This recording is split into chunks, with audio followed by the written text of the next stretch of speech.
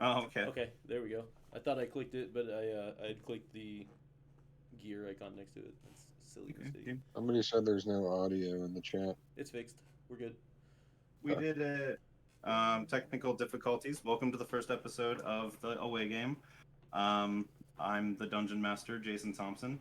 You usually know me as Tedron Heka, the voice or the fist of Tedron over at the Instagrams. Um, you can catch our home game over at Tankards and Tales. The Twitch, the YouTubes. We got our past episodes over at the YouTubes. And tonight I'm joined by various players around our home game table.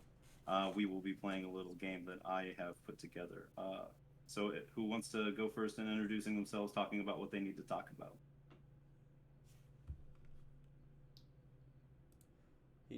There we go. Everything's back to normal now. Sorry. What do you mean everything's back to We normal? got to find a better way to do the map system because that's kind of a hassle. But yeah, we'll be fine. Okay. I have to like click watch stream, then I can take it from that, and then put it back into grid view. And if not, it's just a Well, fucky mess. We'll get that fixed. We'll go roll 20 or something. okay. And since I'm not already talking, I'll go ahead and go first. Hi, my name's Ryan. I play Grell in the other campaign, the Aarakocra Ranger slash Rogue now. I'm also the idiot that's manning the this nonsense. We're gonna He's our tech. He's our tech guy. barely. We're going to go with Dragon Map Maker. They have a new TTRPG desktop app out. It's battle maps made easy. You can save a lot of time. There's all kinds of neat tools, really cool pre-made generated maps. There's a grid view for combat and such, and then you can have a beauty view for if you just want to show off, like just the way it looks, because there are some really nice looking stuff. Uh, Easy to design rooms, houses. Think of it almost like building with The Sims. You know how that works. It's essentially the same, so it's really easy to handle and work with. A lot of assets and stuff, a lot of different styles from brick to wood to tile to ceramic and a lot of other cool things. Yeah, it's just a really neat project they got going on. And for $25, you can get the base package. That gives you the Dragon Map Maker app, Discord Roll Traveler, and you have the option for other stretch goals they may go for later on. They're planning to have it sent out to most people around January, March area. That is the time frame for all these. Uh, you can get early access with $35. You can have your name included and a short quote credit added to the credits for 60, and the rest is just a lot of money. But yeah, it's a bit of a project. It still has 16 days to go. They are $2,000 away from their goal of 26,000. They're at 24,000, and then they have 507 backers already. So they definitely are on the right track. They just need a little bit more help getting that push done. But yeah, that's a Dragon Map Maker. Check them out on Kickstarter. Normally, I have a script in case you couldn't tell the difference this time. Well, Yes, yes. yeah, we We'll are give those screwed. guys a look see and back those muffins. Who wants to? I'll give it a little start here. Welcome to the world of Aelin. Um, all of our characters here are born and raised in random parts throughout the world here, and they were all tasked with coming up with characters that were heading here to Corvus. They all arrived on the same day because that's how plot works. And when they all arrived, they were greeted by a wonderful long day festival celebrating the summer solstice, the longest day of the year. Everybody was jubilant. Everybody had their very great day of fun, and everybody want to recount what they did when they got into town and what their character is about, what their name is, what their character looks like, all that jazz.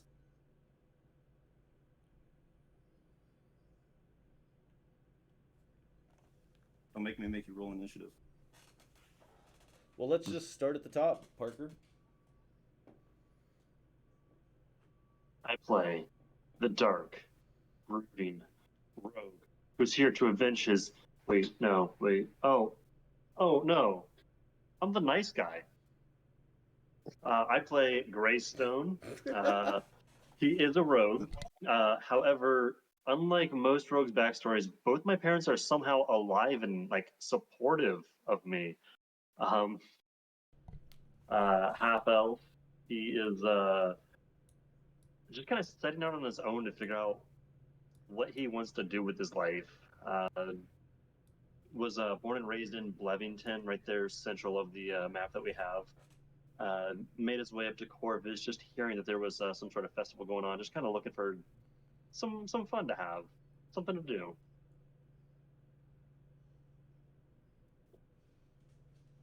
Right. And Next. there is where I unfortunately met the rest of this gang.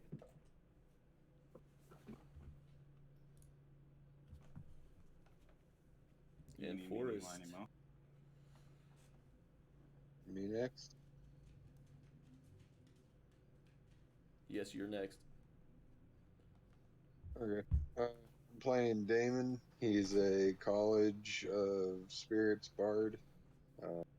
He's a reborn, and he can only remember the last year of his life.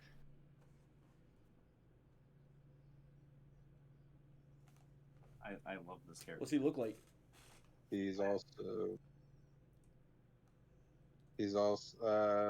pale blue skin, white hair, pale eyes. He's missing a leg and an arm that have been replaced with ghostly appendages. Yeah, Happened. It's pretty much it so far.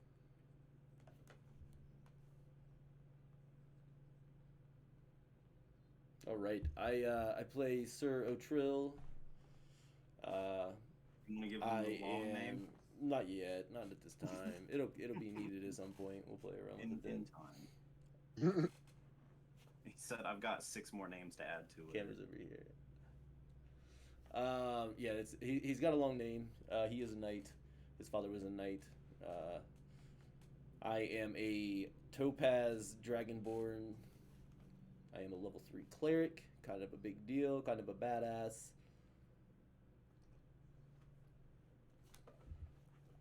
He likes to play cop. Yeah, last session that we got to play off stream for this game, we had to interrogate and find some people, and me and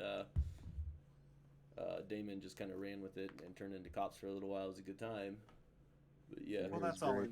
that's all in due time. Let's actually go back and recount what's happened so far in the story. Everybody showed up in Corvus, and just a little bit of a hook of what's going on in Aelin is a couple of the core cities in the eastern half of the world. They have access to everyday use of electricity, basically like what we have: light bulbs. They have everyday appliances and such like that. Like where Gray Stone, our rogue, he came from in Blevington. It was actually founded there by a magician who was also a scientist, and he fused the two together to create this Magno lab, is what I'm calling them. That they're basically just giant generators in the center of the city.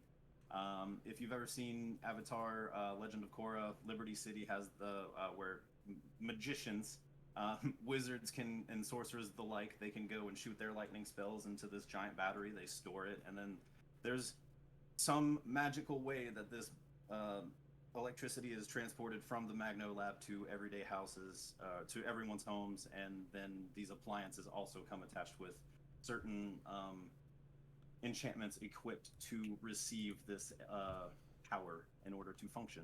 So Gray would know all about that. The other two in the party have come from the western half of the world, where they do not have access to this, but it was a lure for them to join. So arriving to Corvus, it was a shame to find that the Magno Lab was still under construction, for being one of the bigger cities in this region.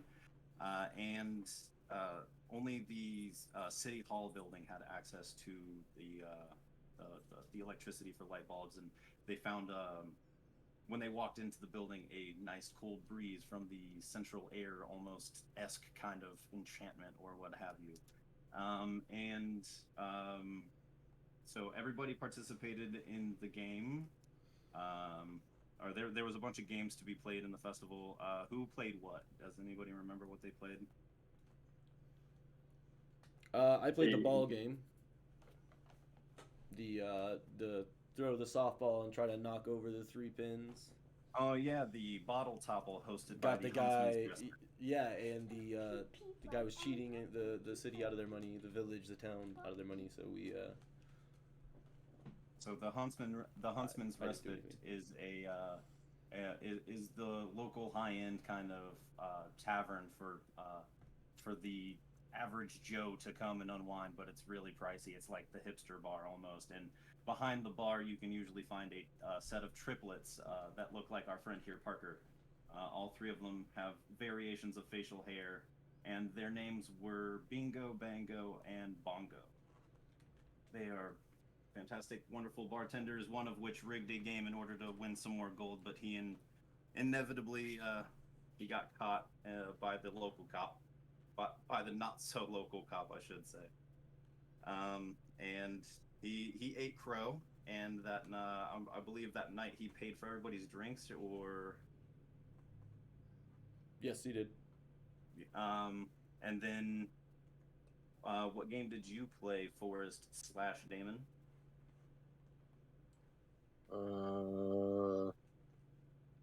The ball under a cup game.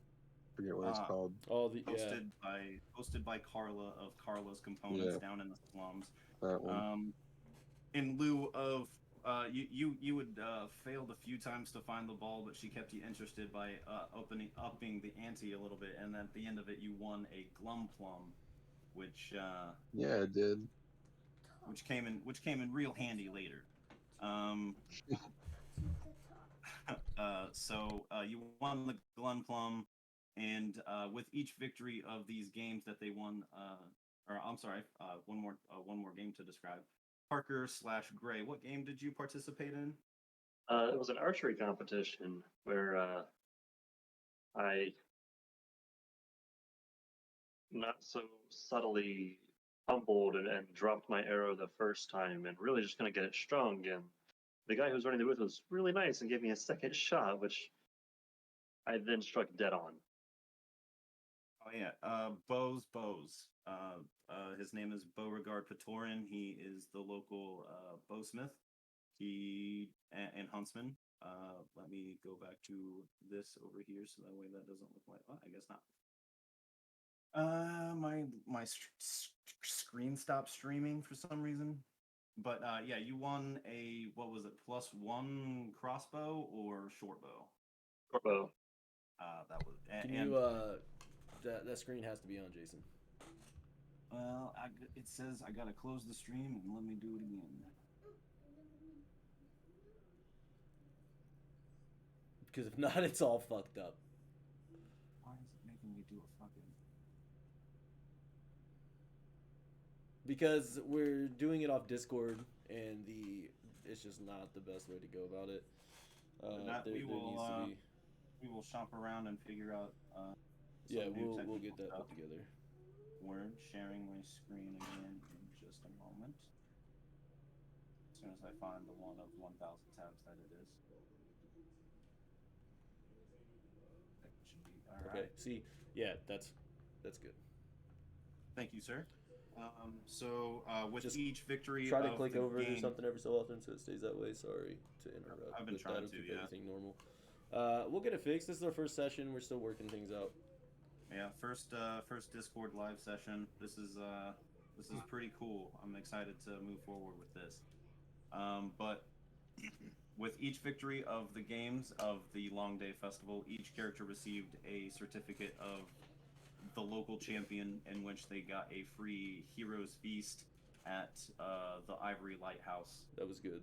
Very swanky lighthouse on the on the coast that had been turned into a really nice restaurant, and the top table with an immaculate view overlooking this cliffside down into the ocean, and you can just see forever. wherein we found out that the cleric here, our friend Sir O'Trill, one of his squires had also won the game. Theodore Dawn, I believe he's a high elf. Yeah, he's a high elf, He is a high elf. and he's just a level one cleric that follows O'Trill around in order to keep him in line and you know make sure that he follows his father's orders essentially. But he's really underneath of O'Trill at the end of the day. Wink, wink, nudge, nudge. Um, so after the dinner, or no, there was fireworks before the dinner, wasn't there? Yep. It was fireworks before. It was fireworks and Yeah. combat before the dinner, and Yeah. then the dinner. Yeah. Okay, so rewinding just a smidgen, there was a smidgen bit of combat because after all of the festivities were winding down and all of the certificates had been handed out, there was a spot of fireworks, and in the spot of fireworks, there was a bit of commotion that had broken out, and each player had made their way down to the gate to see a wave of guards had been taken asunder by the local wildlife. There was a bear, an ape, a couple badgers, a bat or two, a couple of falcons or eagles, and so a couple guards got really mangled, right? And one barely got out of there with his life. I'm pretty sure a passing by kid got murdered by a bat. At one point in time, there was a badger that locked on to O'Trill's codpiece, and our friend Gray shot his head off. And so our friend had O'Trill had a codpiece ornament just attached, just sitting there biting down still, but it wasn't attached to anything. That was fun. So after some investigation, they found a fine powder all over the animals in question. They then went and had a somber yet enjoyable meal at the lighthouse because they did deserve it after all. Met up with Theodore, loaded their pockets with wine, I suppose, and headed back into the city for some rest, where they stayed at the Silver Sword Inn and had their night's rest. The next day, they woke up and the local or the barkeep behind the bar, Gorthog, the half orc, he was requested for some questioning by some guards, and that was overseen by Damon, who does not have to sleep. He just sat in the bar all night long in a stasis mode kind of thing, right? Yep. Making people think I was super weird because I am. Yeah, Yeah, yeah. I was gonna say because you are. He sat there for a good long while. Even Grade joined him for solid like hour or so. Yep. After Gorthog went for questioning, he came back and summoned the rest of the party that were there that night, or that were there during the combat. They relayed the information about the fine powder dust and the effects of the glum plum that Damon had won the day before. See, if the glum plum is ingested, it invokes a barbarian state of rage. And upon further investigation, the fireworks that were let off that last night had been laced with this powder. So in the wind pattern, it got into the forest and angered a bunch of animals, and they attacked. Because the flashing lights drew them towards the city, and so they narrowed the investigation down to two possible culprits: the two people that had their hands dirty in the making of the fireworks. That'd be Marquise from Marquise's Arcanum, and Clara from Clara's components, the one that gave the glum plum. So, being familiar with Clara, the bard decided to investigate Clara with his newfound friends. They then went and just they really gave her the fifth degree. Yeah, we fucking they grilled that put- lady. They put it Oh, down. thanks. It was It'll come down it at was- some point. it's like a solid hour of questioning. I was like, all right. So they got their hands on the remaining fireworks for further investigation. She went with them for further questioning. And Delilah Frostfire, a character we had yet to mention, she is the head of the investigation, the head of the city. For now, she has been sent by the academy that oversees the building of the Magno Labs to oversee that this one is properly introduced into the city. And so, in doing so, she also stepped forth into a leadership position of the city of Corvus. Excuse me. And so she instructed that she would go investigate Marquise because she was friends with him, and they parted ways. And upon investigating Clara, they brought her back for more questioning and found out that Marquise had some family in the city. So they went to Marquise's Arcanum first and realized that everything was packed up and dark. And then I believe you went and investigated this. Then I believe you went and investigated his parents, or did you kick in the door and then investigate the parents? Kicked in the door, checked out all of his stuff, and then we went and uh, to the parents. Okay, so uh, yeah, Otrill was not having any of this waiting around bullshit. He We kicked were in the door, given basically. permission to solve this problem and figure out where this had came from, and the point, everything leading up to that point was directly at him. And at which point, I didn't need a warrant. You know, Well, in your eyes, you didn't need a warrant. I had the lady of the city lady thing. I can't remember her name, Well, even though you said it. upon kicking in the door, Otrill was kindly questioned by some local guards, but not before Gray got in and did a quick survey of the land, noticing that everything was packed. There was really nothing of use except for a false bottom of a chest had been forgotten, and he found two decent potions. Um, and so during the grilling of the of the guards outside, uh, they brought up the fact that Delilah Frostfire had been missing, so they can't really confirm nor deny that they are under official investigative law. And so, under the help of the guard that was in question, they all went and investigated the inside. That's where you guys discovered the basement that Marquise had underneath of his Arcanum, and you suppose that he lived there, obviously. But he had his basement where he and Clara made the fireworks. And then, upon further investigation of that, you found a entrance to a sub basement where the only thing you found there was a teleportation circle and a pool of blood. The teleportation circle was expended. All of the chalk that would remained was actually ash, like, as if it had been burnt and expended. Um, that confirmed that Delilah was indeed missing, and that you might actually be onto something. So the guard ate a little bit of crow, put some egg on his face, and apologized. And then I believe you guys teamed up with Gorthog, or no, that's when you went to investigate the parents. Yeah. And upon investigating the parents, I believe I named her Judy. She was a very lovely Southern woman.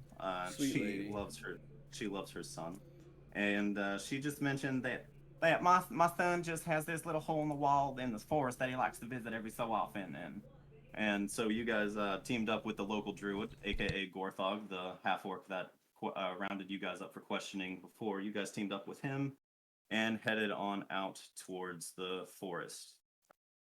And in the forest, you guys just you got attacked by some kobolds.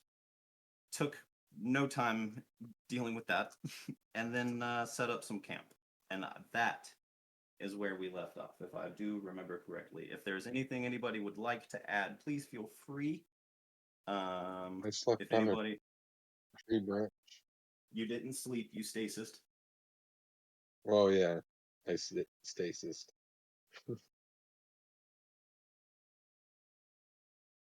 Sorry for the monotonism. I didn't practice any of that, obviously. Otrill, do you have anything to add? Gray, anything for you? I'm good. All right. Sorry, I was trying to Covered snack a it. little bit. I'm starving. Not a problem at all. No, I don't have anything to add. Being a cop in D&D land is fucking fun. Yeah, he really went hard on the questioning. Like, Yeah, it is. we really glossed over the that he talked to his parents, but like we were there in the parents' house for a solid like hour of that last session, and then right before that was him just like grilling Clara. I It still was a don't really trust her. fun session. Her name's Uh, not clear until dude comes clean. Word. So, any Hoosers, you guys are all sleeping. You guys, did you guys organize a watch, or did Damon just say, "I'm gonna take care of it because I don't have to sleep"? That one. Uh-huh. So, uh, throughout the night, you see Gorthog get up. He he sleeps in the nude. Uh, he's not apologetic about it. He catches your eye every so often, nods at you. He'll get a drink of water or he'll go to the bathroom, but he's not a very strong sleeper in the woods. But you can see he's probably trying to regather his roots in nature. Come the morning time, he's again the first one up, and you see him start actually putting clothes on and gearing up, and he looks up at you and he goes, "You awake?" Always. Well, I'm gonna go check my traps if you want to come out and converse. It's always nice to have company. I suppose that'll do. All right, give me an athletics or acrobatics check for climbing that tree down. I just want to see how graceful you are about it. Oh, I bumped my camera. Don't do that. Probably not very.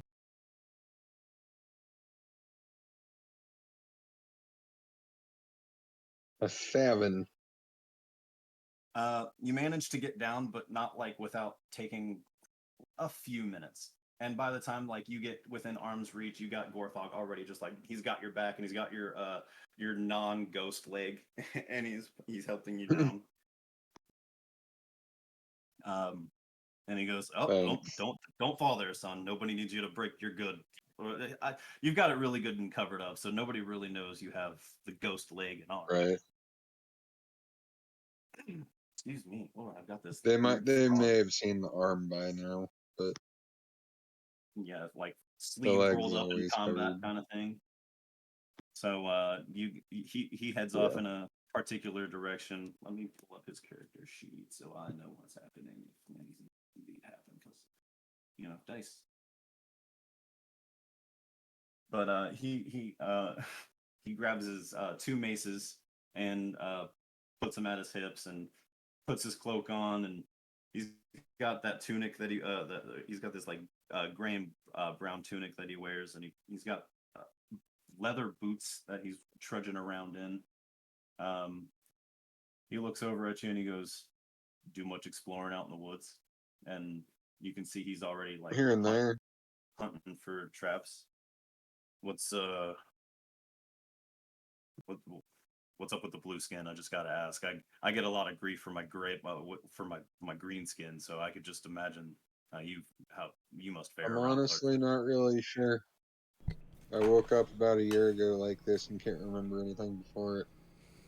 Well, shit, you and Bo would have something to talk about then. He showed up not long ago, about 20, 40 years back. You know how elves age.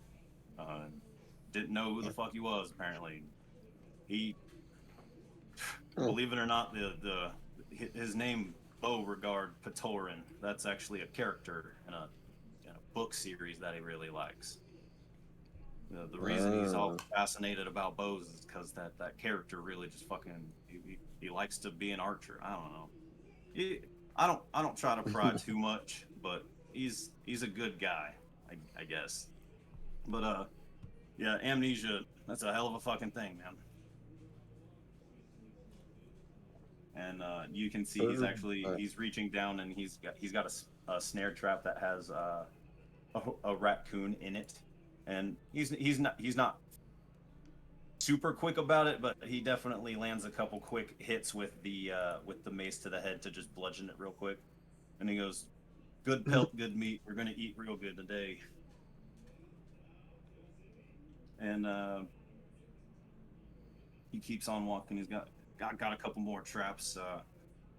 So, what brings you to Corvus? Is there anything that just brought you here, or you just wherever the wind takes you because of your, did you hit your head? Do you even know? I don't, I don't know. Hmm. I'm kind of looking for someone to help me get my memory back, and also just taking in the sights, I guess. Well, I don't know anybody that'd be helpful to get your memory back except some powerful ass wizards, and those people charge you arm and a leg. That was Yeah, I accidental. don't have many of those left to give. That was accidental. Oh shit. Um, you guys, you actually end up coming back to camp. Is there any questions that you would like to ask Gorthog, or are you just ready to come back to camp? We can just go back. All right, you guys end up coming back with that raccoon and two rabbits. And as soon as you guys get back to camp, if anybody hasn't already started stirring, you would from the sound of him cutting off the heads and hands and all that shit and skinning these things. It's not a quiet process, but he's definitely preparing some sort of breakfast.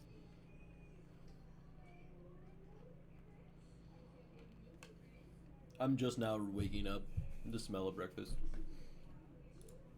It's kind of nice being able to sleep in, not having to get up and make my own meals anymore. At least not as often.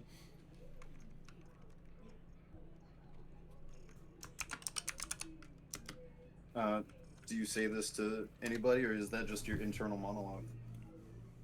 No, I'd just be getting up, starting to get dressed. You would see Theodore is already up and at him. He's got he's got his traveler's coffee. He heated himself up a nice hot cup of Joe. Couldn't think of that shit. Um, and he's walking around. He's like, "Oh, I figured you'd be up with Twilight." And he's like, he just looks at you. He's like, he's I kind don't of got. always have to be up at the twilight. It is, you know, usually not a bad idea, but It's a wonderful bond to be in the mistress's presence. So whenever you're ready for another lesson, let me know. And he just keeps walking past, and he goes and investigates what Gorthog is making. You hear, so Gorthog, what are you making? And Gorthog looks up from the pot and he goes, chili with a question mark, like he's not sure.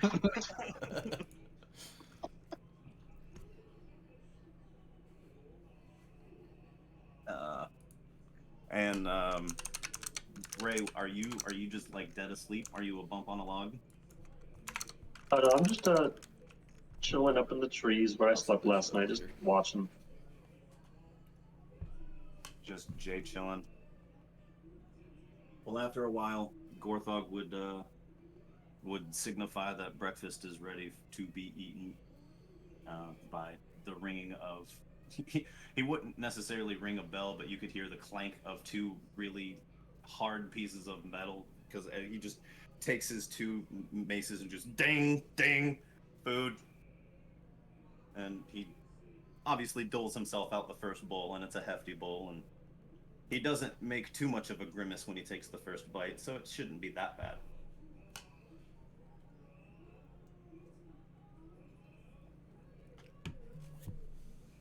I'll eat it. Um, Theodore definitely is weary about it, but he'll try it. He won't like it. He'll eat trail rations. I mean, it's hot meat in a watery paste, right? There's some onion type of So root it's got that some he flavor. found. Yeah, it's got some flavor. We're good. He travels with a salt pile at least. Yeah, cool. I'm sure we have some stuff we could throw in to spice it up a little bit. Um, as anybody that doles out their food or eats their own, he just looks out at you and he goes, "You guys have any reason for finding this Delilah, other than just being at the right place at the right time?" think that's really all it boiled down to. Oh man, that's some shit my dad would have approved of. Just taking on these as they come kind of quests. He Yeah, used to we call them just quests. yeah tasks, but yeah, we just happened to be in the right place at the right time, and I, for one, had nothing else to do. My main goal had been achieved, so Well, the question is, are you willing to put your life on the line for something like this? I've put my life on the line for far less. What about you? Always. He's He looks at it. already done something to, sleep for however long and wake up. One arm less, one leg less. Are you willing? So I take We should it that call him means you're willing Legolas. to kill.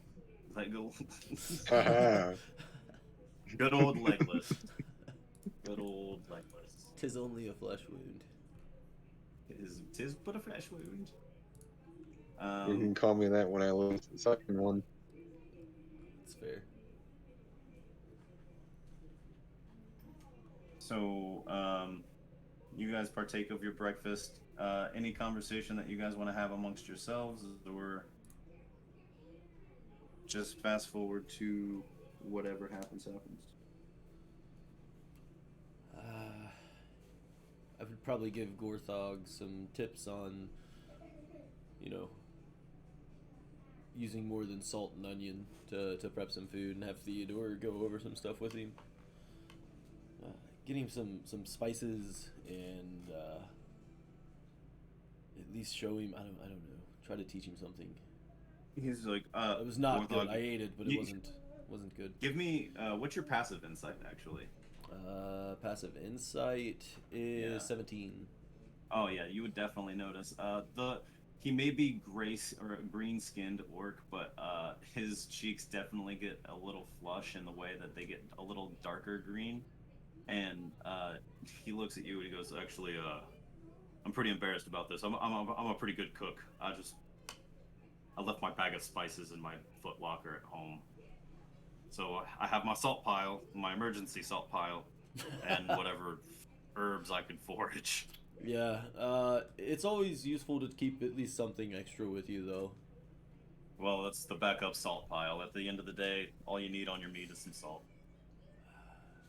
And even then, I'm orcish. But Yeah, I get it. I mean, I ate it because it's food, and I needed food. But shit, with Yeah. that maw, you could probably take down a whole goat leg, huh? Keep in mind that this is a big dragonborn. yeah, I've got I'm quite large, pretty scary looking. A lot of kids just run like, look at those teeth, kind of thing. Don't worry, I've had my fair share of that. I'm sure your blue friend gets some sideways looks too. I just don't get it. Amnesia.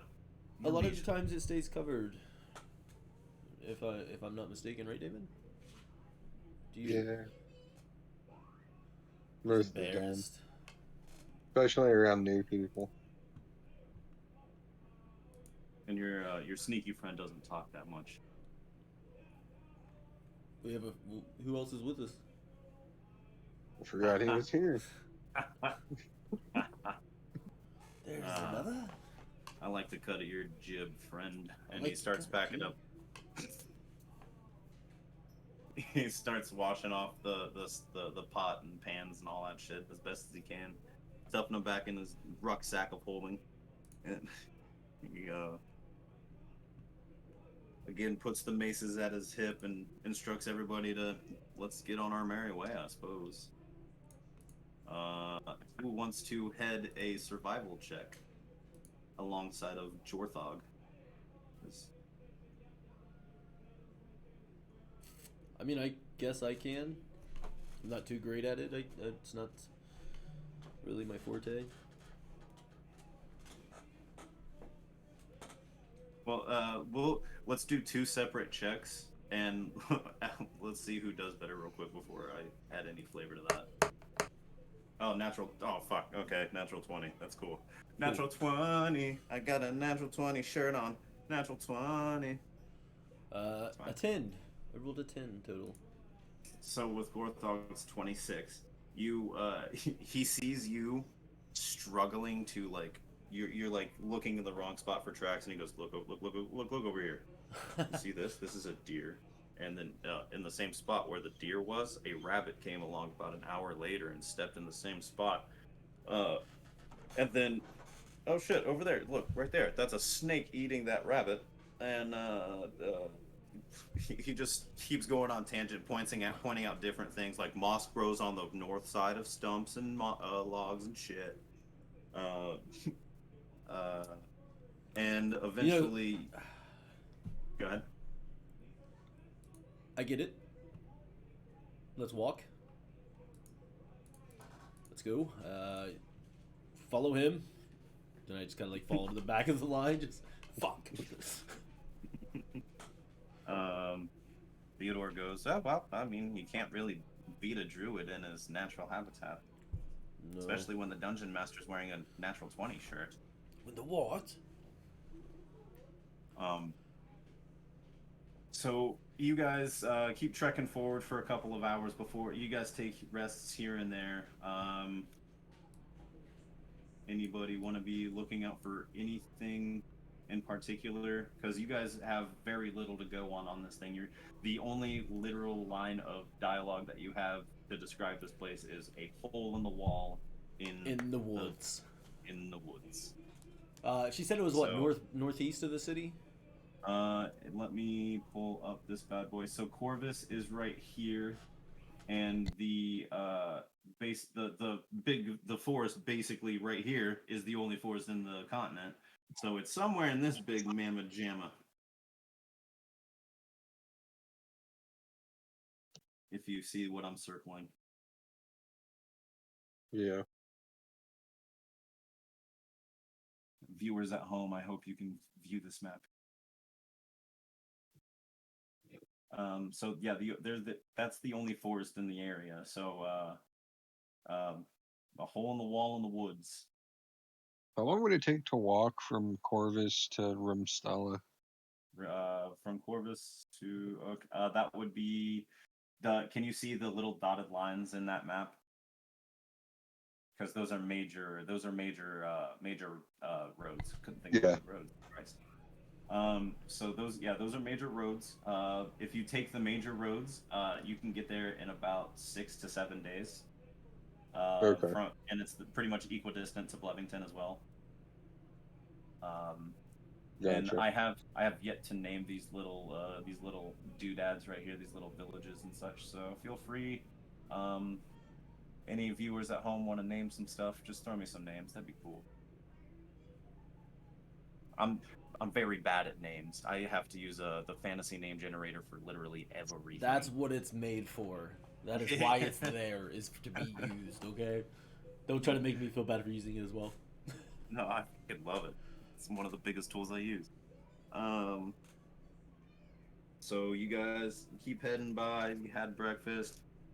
You've had your breaks. Fantasy is the You've had your time.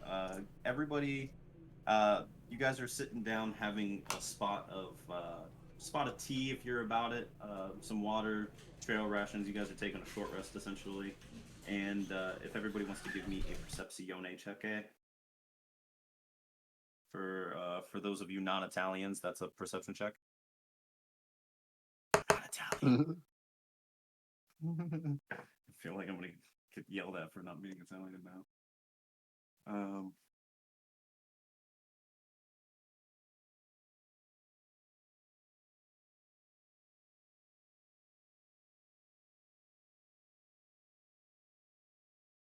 So how is everybody's perception?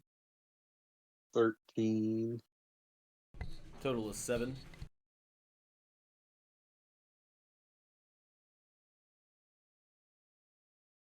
Ray boy,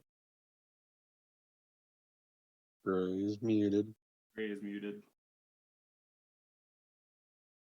Technical difficulties. I got a 15. Got a 15. So Otrill, you're sitting there munching on your rations, and you're thinking to yourself, "Man, damn, I definitely knew moss grew on the north side of stumps." And Gray and Damon, you hear, "No, stupid. We have to stay here. If you go out there, then it's not here. We were ordered to stay here."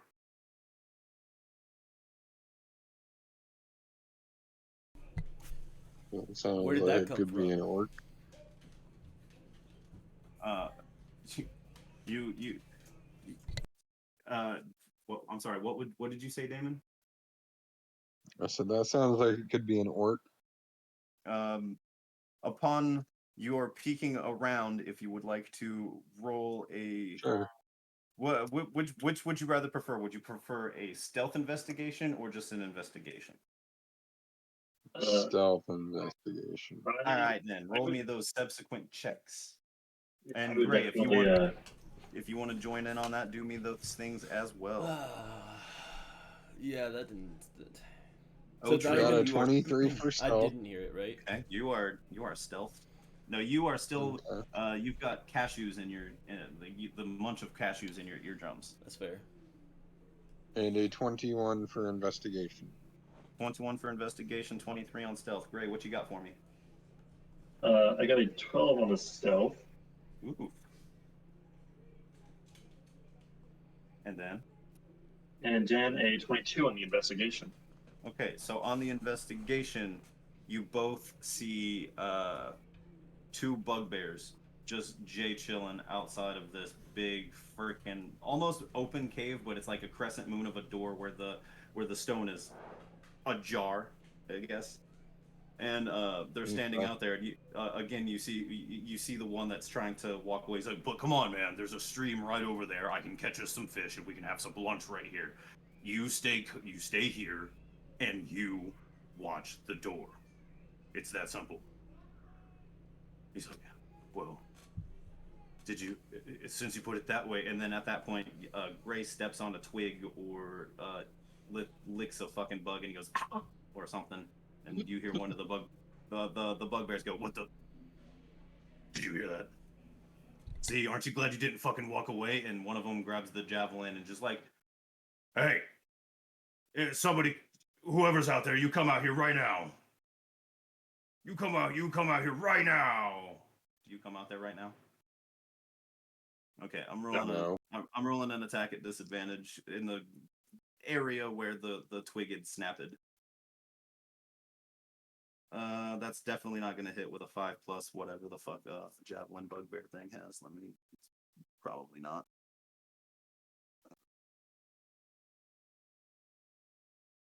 +4 does a 9 hit? No.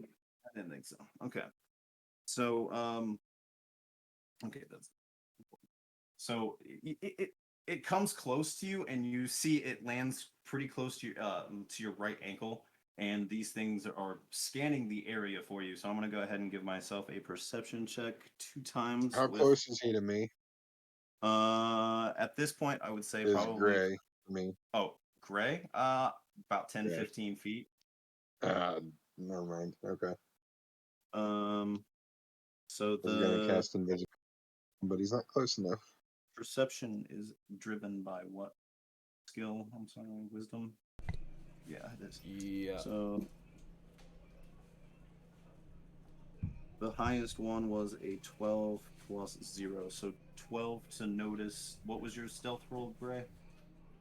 The one I rolled earlier was a 12. Yeah. Okay. So he gets a vague idea. He goes, I see someone, and I'll give you a reaction to do something." So last session, I got a purple gumdrop, which turns the user invisible for a round. Yeah, you get 6 seconds of invisibility. So I'm gonna eat that bitch real quick. Thank you. Word. Look over at Damon and just fade away. And as soon as I fade away, I am going to try to stealth out of there back to the group. Okay, give me another stealth roll, and obviously, Well, whenever he gets back around to that. he points at you, and then as he points at you, he does that stupid thing where he takes his eyes off the ball, and he looks over to confirm that his friend is watching him, and then he goes to look back at you, and you're just gone. So, yeah, give me another stealth check just in case you crunch any more leaves or anything. I'm gonna give me another 2 perception checks, and go from there. So 15 plus 0. 28. Yeah, you hidden. You make it back to Gorthog and Otrill, and actually, you guys weren't very far from each other at the beginning. Otrill's just still sitting there munching on his granola. Um, Damon, what are you doing? I'm gonna stay here to keep an eye on the bugbears, but I'm not gonna go out in the middle of it or anything. All right, then. Since these guys are actively like patrolling the area, go ahead and give me another stealth check real quick. Sorry, I had to help the wife real quick. No problem. Did you hear anything that happened? Yeah, it's all. Okay.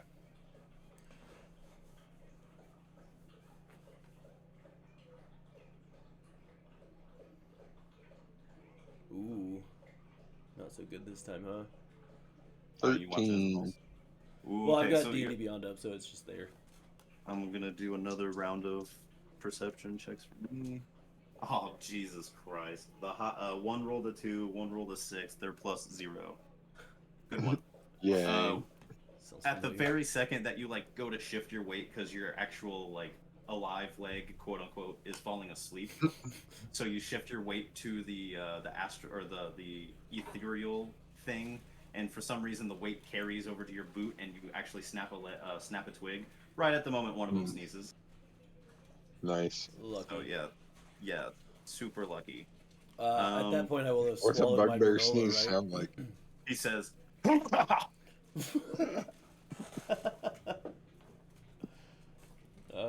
I'm done eating my granola now, so you know. at this point, Gray is now no longer invisible, but he just like pops back up in your little area where you were sitting and eating, and he's that's definitely a surprising moment. I don't know if Yeah. he's like reached out to tell you anything yet.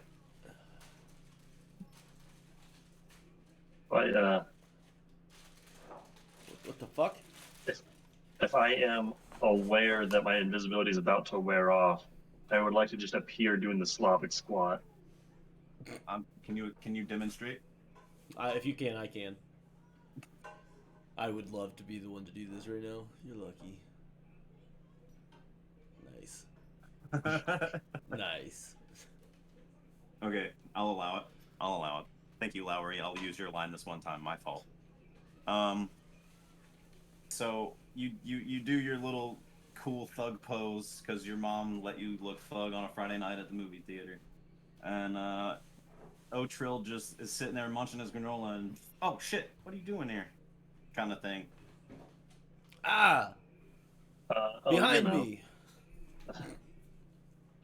Heads up, there's like a couple bugbears stationed at this cave nearby. Cave? They're not very friendly. No. Well. Damon's still over there, observing, watching, doing things. You guys want to check it out? Yeah, let's creep Gorthog's over that way and. Gorthog. You're Yeah. a druid, right? Yep. Can you, change shape? Sure can. Why don't you do something like that? Don't like to. Yeah, that's strange. It's very uncomfortable. Okay, that's fair. Yeah, well, I guess I'll try to stealth over there. Well, I mean, okay. Yeah, you. He looks at your armor and he goes, "No, I'm not gonna let you do that." And he points at Gray and goes, "You stealth over there." But I mean, I need to be there as well. If no, don't worry. We'll be there. Don't you worry. We just got to let your friend get in position first, Okay. and then we at this point. I'll allow it.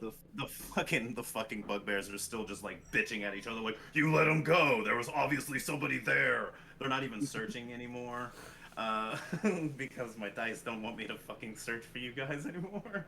But yeah, no, that's what happens. So Gorthog continues to explain.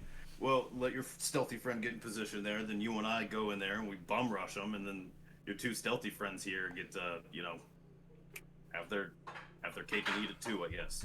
I eat their And cake. we.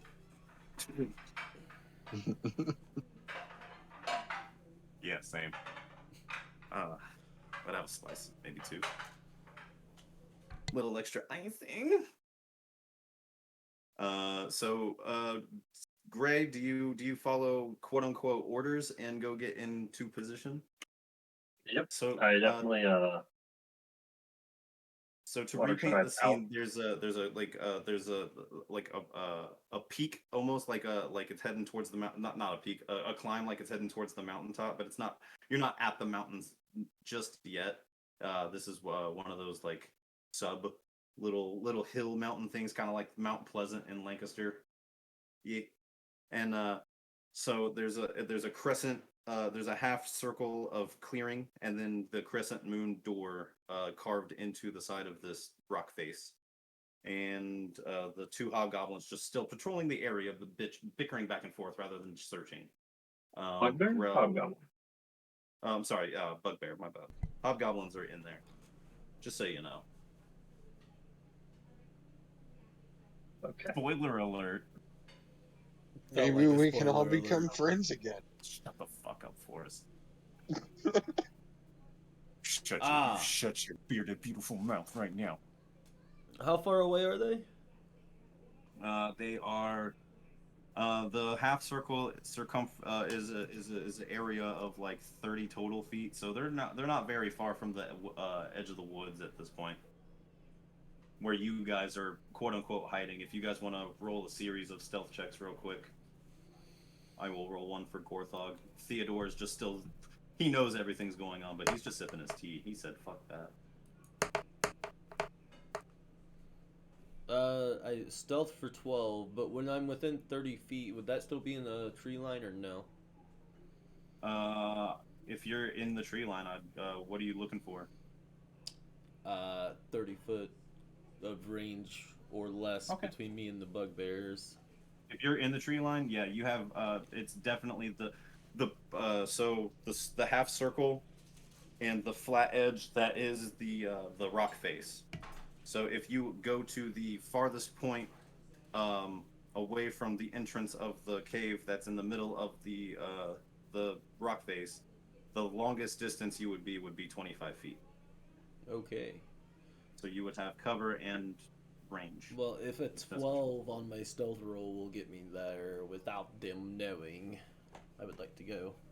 Well then, allow me to make one more round of perception checks. So you got a 12. Gray, what do you got? I got an unnatural 20. Sexy, sexy, sexy, sexy.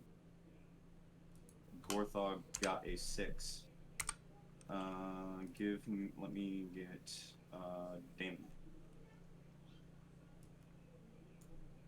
17. All right. So Gray and that's perception. Yeah, no. Otrill, you're hidden from one, but the other one sees you and points you out. But with Gorthog 6, they both just laser beam focus onto him. And the one that threw his javelin never reclaimed it, so he pulls out a Morning Star, and the other one pulls out his javelin and he readies it and he goes, "You there, orc! What the fuck are you doing here?" And As soon as I see them draw their weapons, I want to cast Fairy Fire on them. okie dokie. I'll allow that. What's the save? For dexterity, Dexterity save. What's the number? 14. The one with the javelin succeeds. The one with the Morning Star fails. Okay. So one of them is lit up like a friggin' Christmas tree. The other one kind of, he's in the radius of it, but the tingles don't stick. Yeah.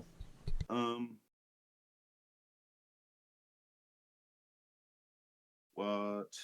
So they get encompassed. The one that does get encompassed by it, is it like a green purple bioluminescent kind of like shifty color changing aura around this guy that just Yeah. lights him up and gives you advantage on attack rolls. Yep. Okie dokie. So I will let that happen. After that, let's go ahead and roll some initiative. Initiative. I can never finish my own. No, don't do that.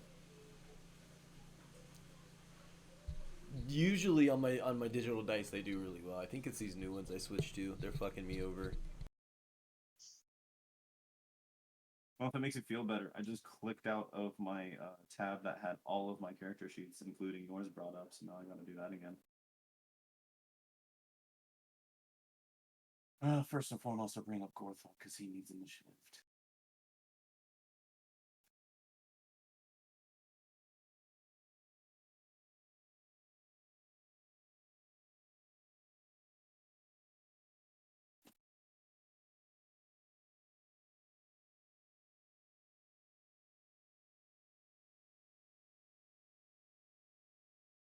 Right. +2.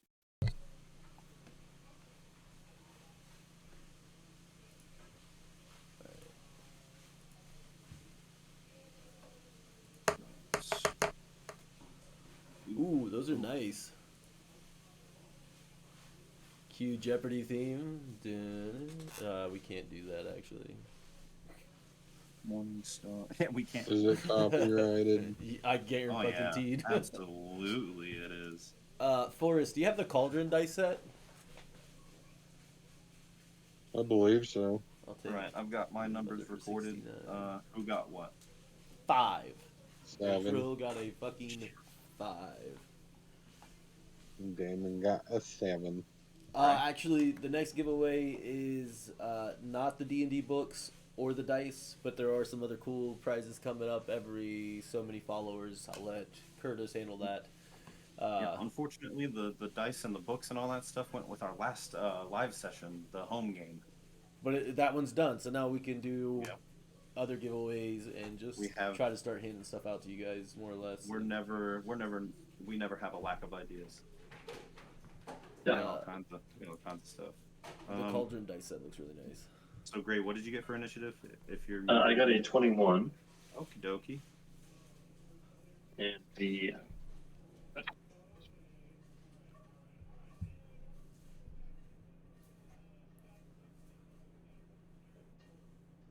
yeah, you can. There's just certain places we can't ship to, but we should be able to ship to you.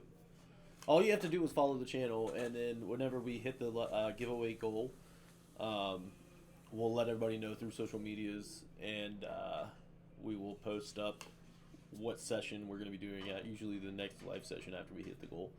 And if you win, we'll ship it to you, because I'll pay for it. What we Yeah, do, so baby. you're good.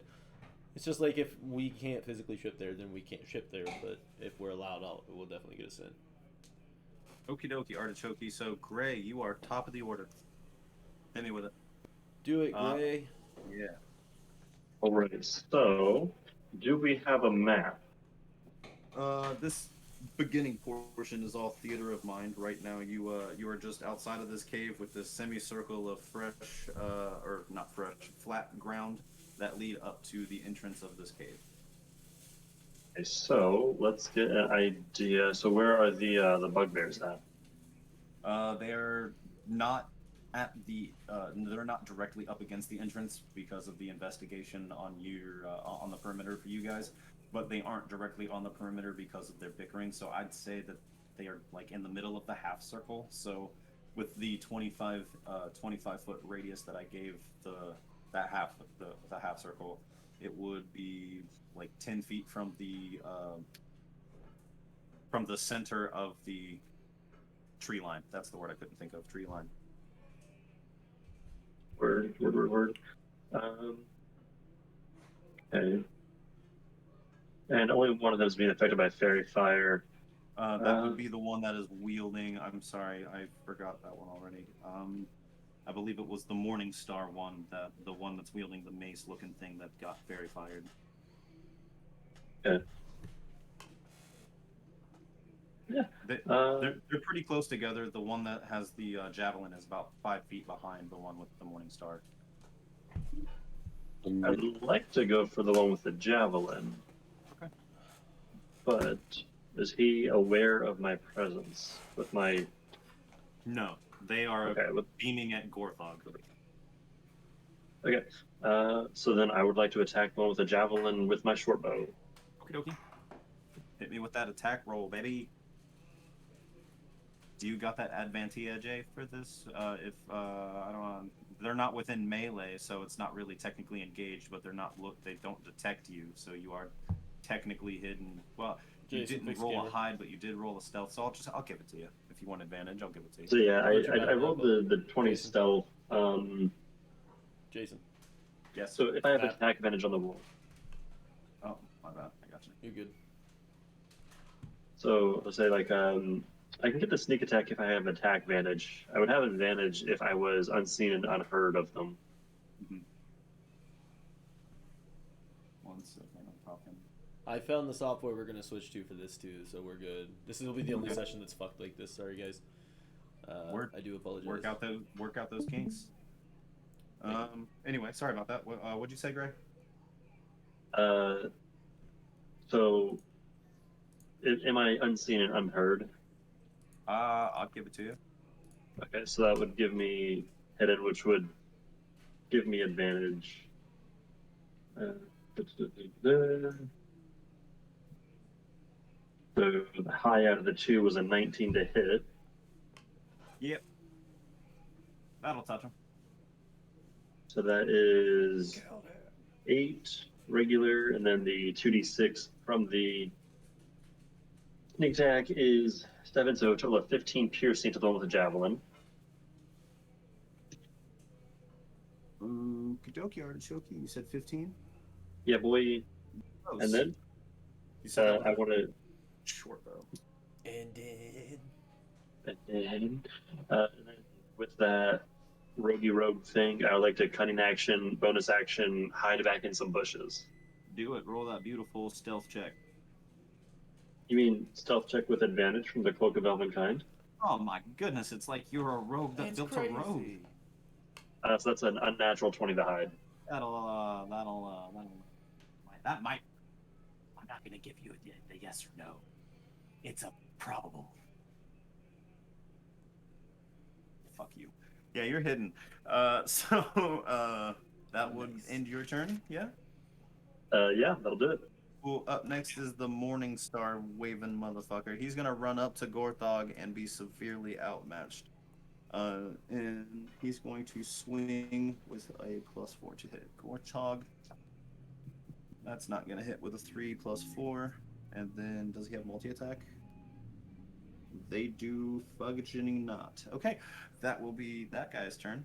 And Javelin is up next, in which case he's just gonna loose that shit at Gorthog. Yeah. That's a 10 + 4 to hit, so that's not gonna touch him, right? No. Gorthog had a 14. Oh shit, he does have 14. Shit. Okay, yeah, that'll touch him. Cool. 2d6 + 2. Be 7 + 2 is 9 damages. So the Morning Star guy comes in and just whiffs over Gorthog's head, causing him to duck down a little bit, and in doing so, the javelin comes in and sticks into Gorthog's thigh a little bit. But at the same time, because like I forgot to describe your action, Gray, the arrow that you loosed from you attacked the javelin thrower, yeah. The arrow that you loosed towards him actually like he does the throwing motion, and in doing so, he meets the parallel line of your arrow. So your arrow just carves up his forearm, up his the triceps, the outside one, right? Yeah. It just carves all the way up his arm and into his shoulder, and it barely misses his neck, and his arm is just mangled. So that was Gray's. That was that guy. That was the javelin. Gorthog gets an attack of redemption. Please stop hitting my baby boy, my son. This is the Lightbringer. It's an 11, will miss, and then he's coming back around with the Mace of Warning. Natural one is going to fly. It doesn't fly out of his hand. He swings, and the Morning Star gets in the way of the Mace of Warning in Gorthog's hand, and it kind of just like parries it, and it disarms him basically. The mace lands essentially next to Gorthog. He'll have to spend some time picking that up, but that's what a natural one will do. Yeah, Damon, your turn. Um, as my bonus action, I'm going to use one of my Bardic Inspiration die to do the Tales from Beyond thing. And that's the The you got to Spirit roll a Tales d6 table. for it. Yeah, Okay, and I go ahead. rolled a What you 2 got? for Tale of the Renowned Duelist. And regale me with what that does. I cannot find a character sheet to save my life. You make a melee spell attack against the target. On a hit, the target takes force damage equal to 2 rolls of your Bardic Inspiration die and your Charisma modifier. And this is when you expend this thing, right? Right. Okay. And how Which long does it? it lasts until I use it or until I roll on the table again, Oh, okay, cool. That's pretty neat. I know we've covered that probably or 2 or 3 or times. finish your rest. Okay. So you pull out your spiritual focus, which is the crystal ball, and you hold that bad boy in your non-ethereal hand, and you take the ethereal hand and you wave it over in a familiar fashion, and this glowing light and mist starts to form inside the inside the crystal ball, and in familiar fashion you bring your fingertips above it and coalesce them to, is that the word, coalesce? Yes. Bring them. Yes. You Sure. bring them together. Yeah. And much like that scene, you remember the scene from Scooby-Doo, the live action, where they're sucking the souls out of people. Mm-hmm. Yeah. It's much like that, but like the energy pops out of the sphere and starts circling up his hand and up his arm and up and around his torso, and it just begins to circle him. And he's got this little ball of light, little ball of energy he can use. Nice. And what would you like to do for your action? Use that energy. Oh shit! It's gone. Actually, how far away am I from the one with the morning star? I would say, so Otrill would be somewhere either beside or behind Gorthog, who is getting pummeled right now. Beside. And I would say Gray is stealthed on the left side of that combat, and you would be not stealth, but stealth, not being paid attention to on the right side of this combat.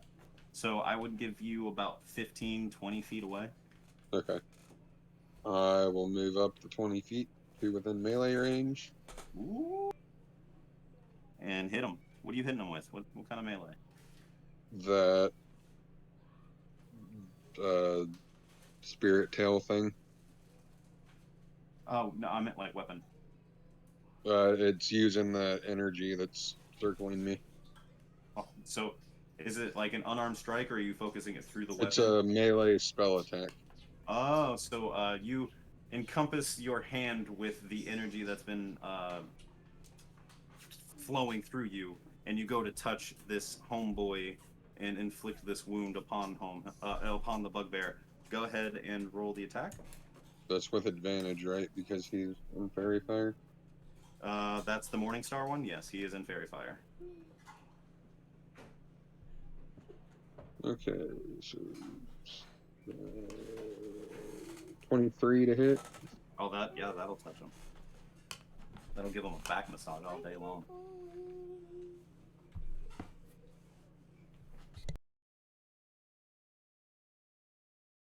And 11 damage. 11 force damage.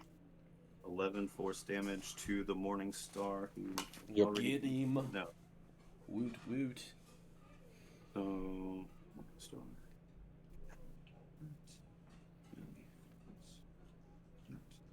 Okay, so you see the energy. You get right up in between the leather armor where it's just cloth, and you feel the energy go through the cloth. And you said it was force damage. Yep. So as soon as the energy is expanded, it doesn't send him flying or anything, but you can definitely see the ribs just cave in.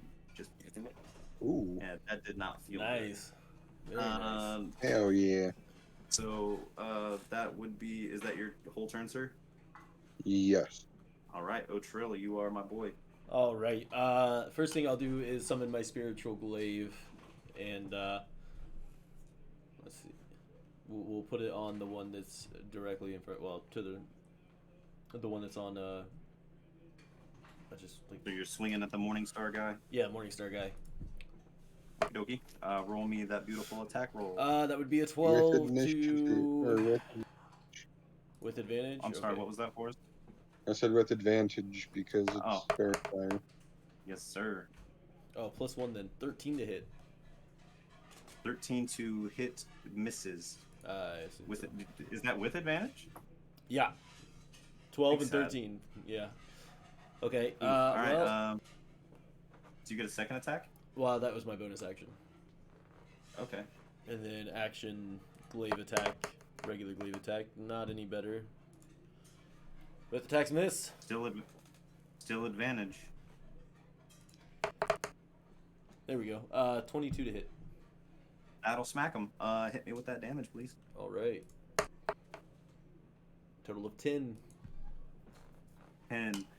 So where you see your blue buddy get in there and mix it up a little bit with the caving in of the.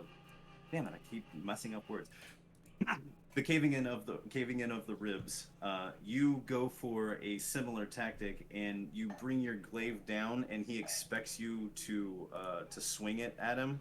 So he goes up to block it, and you actually just bring it down in a professional move and kind of just like thrust it into the other side of his rib cage. So at this point, you've punctured both Nice. lungs. He's not looking happy, boys. So instead, in my head, it would have been like the spiritual glaive would have came down and attacked to get the block off, and that's when I just jabbed through his ribs. But Okay, yeah, definitely. Since it missed. All right. Excuse me. So Either that was way. action, bonus action. Yeah, I got him. Yeah, that was it. All right. Yeah, he's not looking too happy. Gray, back to the top of the order. It's your turn, buddy. Thanks. He said, who's not looking too happy? The Morningstar dude. Both of them have taken quite a bit of damage, but the Morningstar dude is like he's panting. He is definitely panting. Both of his fucking lungs have been punctured for Jesus. Oh, So can he poor even? boy. Yeah. We could just let him die on his own time.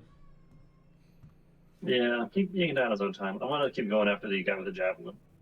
All right, guy with the javelin. Yeah, go for it.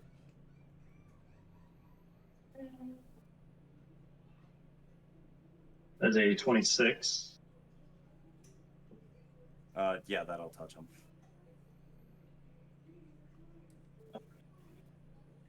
And with sneak attack, 16 more damage. Nice. 16 more damage. To Of the javelin. piercing variety. Okay, Awesome. so the other shot that you got off on Javelin Boy went all the way up his arm as he loosed his javelin. He recoils from that effect, having it not been returned to his turn yet. Excuse me.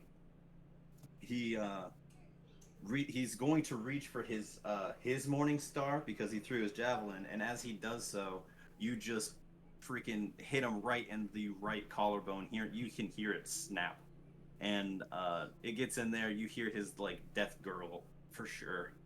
He dead. Oh, yeah. He dead. He slumps over in a lifeless pile of fur, shield, and Morningstar now. He's dead.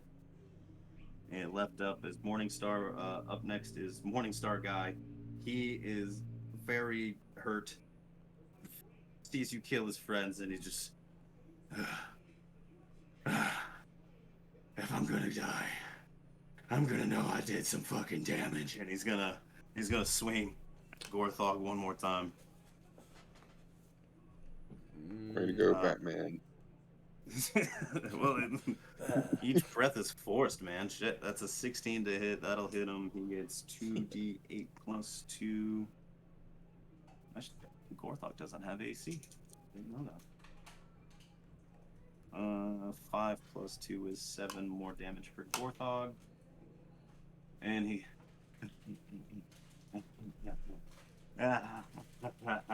And it's Gorthog's turn. So. That's a natural one. He drops his other mace. He's out of practice, boys. Damn. And he doesn't like the wild he's- shape? Like, I feel like he could have been doing a lot more than what he is now. His Tygrath is looking down on his son Yeah, like, what the extremely fuck disappointed right now. did you do? It's okay. It's okay, son. I've definitely dropped both of my weapons before. Definitely happened to me. No. That out of embarrassment, that ends Gorthog's turn. Bringing up Damon. How's the oldies skin? I'm still in melee range right now. Yeah. I No, this will. the Morning Star guy is the one that's up still. Yes, sorry, my fault. Okay. I will stab him with a rapier. Get to stabbing. Get I busy. will miss. How hard? I rolled an 8. Word. Yeah, that will definitely miss. Do you have an extra attack or a bonus action you'd like to do? Actually, This dude is knocking on should've- death's door, so if you do want to I extend should have done anything, that before. should have did what before. Ochill goes after me, right? He sure does. I'll give him a bardic inspiration die. All right. You That's my wanna? bonus action. How are you? How you doing that? I don't know. Magically? Yeah, magically. I meant, what are you saying? Is there like a, hey, yeah, go, Trill, you're my fucking motherfucking dude, and you like break out some Ochill, don't pom-pom? miss. I just kind of turn. I like, want. okay. And so, what's your bardic inspiration die right now? A 6? D6. Boom. You got that for 10 whole minutes, Trill. 10 minutes? Yeah, Hell 10 yeah. minutes. You get a D6 of inspiration. Very nice. You can only use it once, though, right? Yeah, you get it once, and you only get it for 10 minutes. So use it wisely because it is your turn, Trill. Bonus action. Glaive. Well, spiritual weapon, which is a glaive also. They don't look the same, by the way. Okay. That would be a 12 to hit. Is that an advantage still? Yeah, Morningstar guy's got fairy fire all over him. Okay, so 22 to hit. Yeah, that'll The spiritual weapon, that's 7 damage.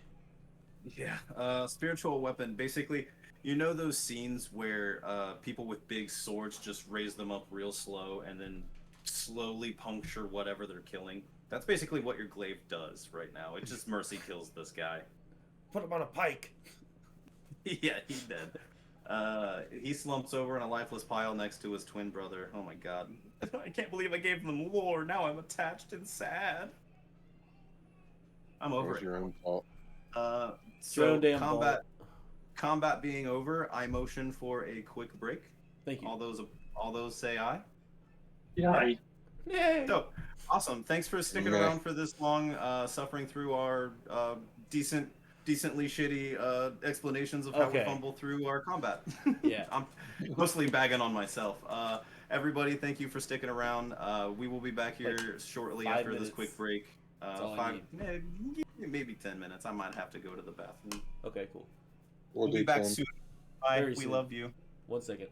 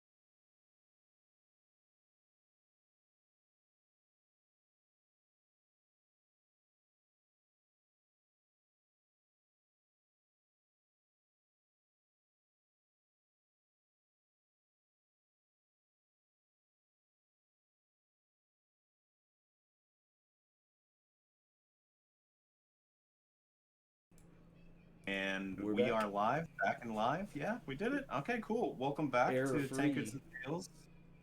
The away game is what I'm going to dub this. We have a home game, like I said before in the intro. We have a home game. We meet on every other Sunday, opposite of the Mondays that will be my away game.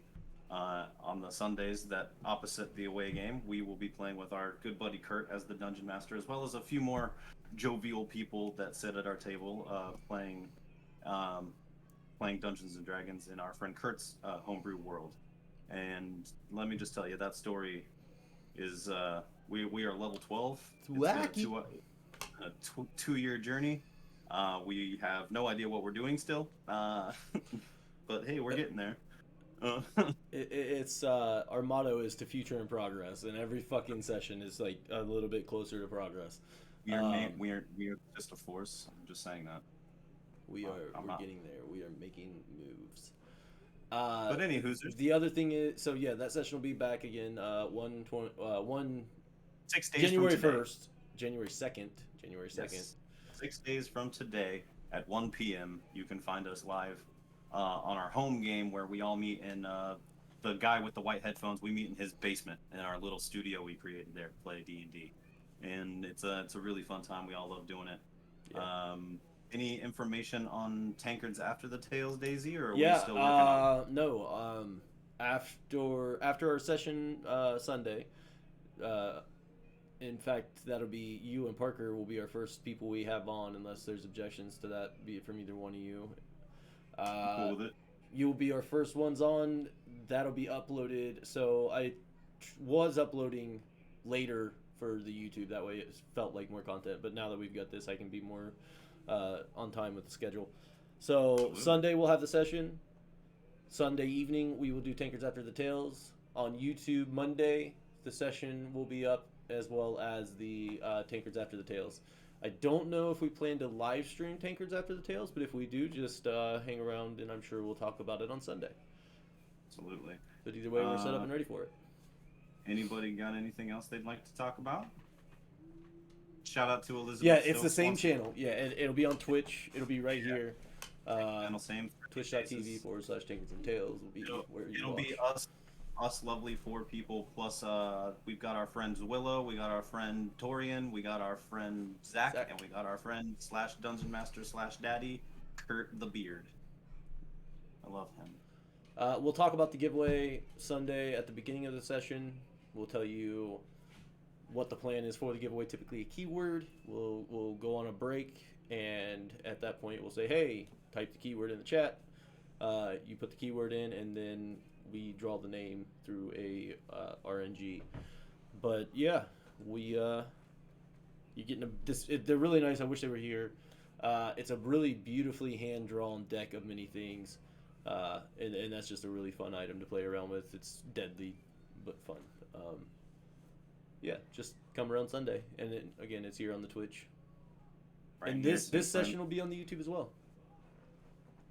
Oh yeah, it will definitely. So that way, people that you might suggest us to from the past or the future. That way, oh yeah, I am you from the past. Please help me. Please invent time machines and come save me. Back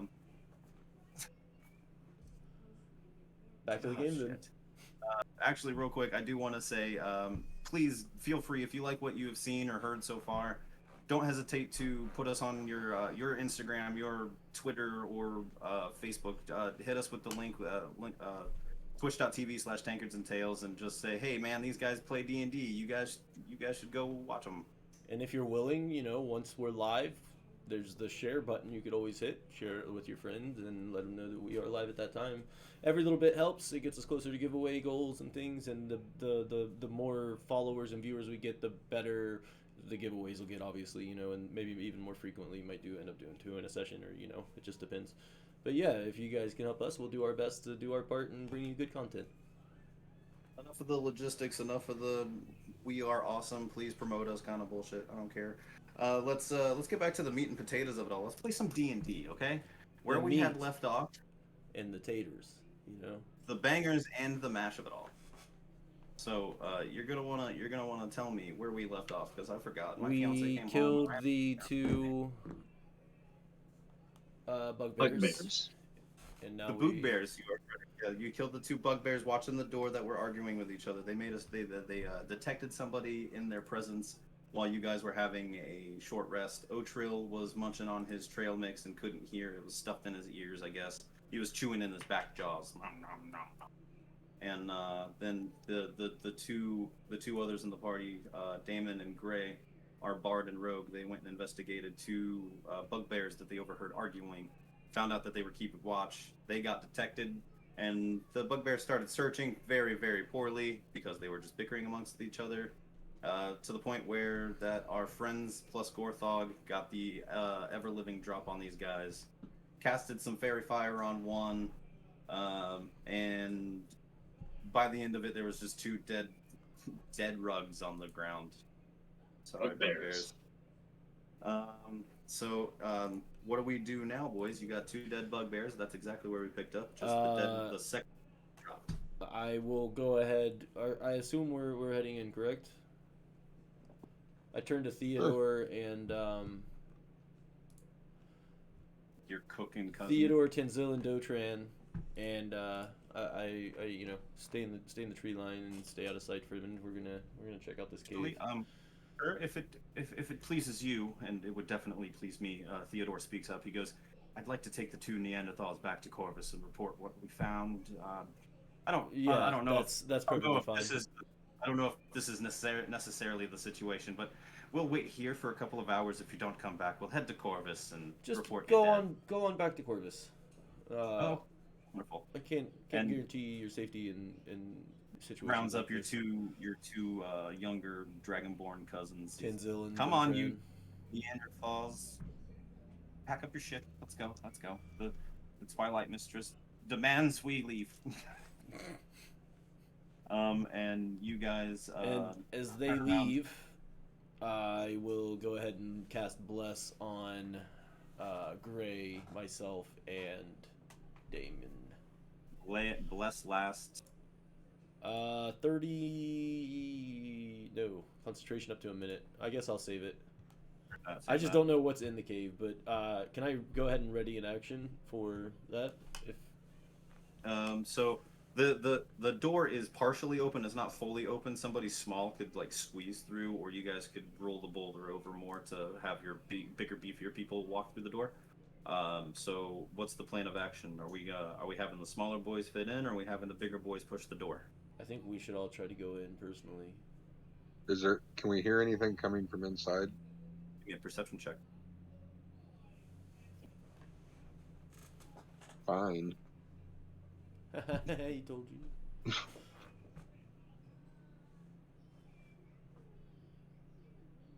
Nope. Oh. I rolled a nat 1 for a 5. Yeah. There's a bee in your, like, not in your ear, but you know when there's like that bug literally right next to your earlobe. The only thing you can hear. So you swat at it. It goes away. It doesn't bother you any further. But yeah, when you like lean in and everything seems clear. Well, at least from noise wise.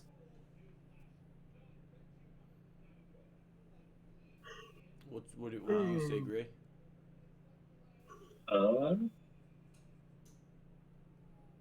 Yeah, let's find out what they were guarding and steal it undiscriminately. Do you think we? Yeah, I like this guy. Gorthog speaks up and he goes, "I don't care what happens as long as we find Delilah. Do you think you can fit in that doorway and scout ahead, or I can turn into a snake or something?" And he says that like it's the grossest thing he's ever heard. Yeah, I don't think I can fit. Oh Jesus! I say we just roll the door open. Well, let me scout ahead a little bit. I wanted to turn into a snake. Say you He's like, wanted well, him to turn Second into a snake? thought. Oh, we'll make Second you thought. I shapeshift, don't know if I worry. could fit through here. Maybe a snake would be best. No, Gorthog looks at you and goes, "I know what the fuck you're trying to do, and I'll tell you what. If I go in with you, you're going in with me, okay?" And he transforms. You see all of You see at first all of his belongings absorb into his body. He's almost naked, but then his body takes on this amorphous form, like you can't make out any detail. You know, as if it was an anime that was meant for fan service, and that girl was getting changed real quick. We'll look at it later. You know the one I'm talking Yeah, I about. do. You know the one. I do, very, very much so.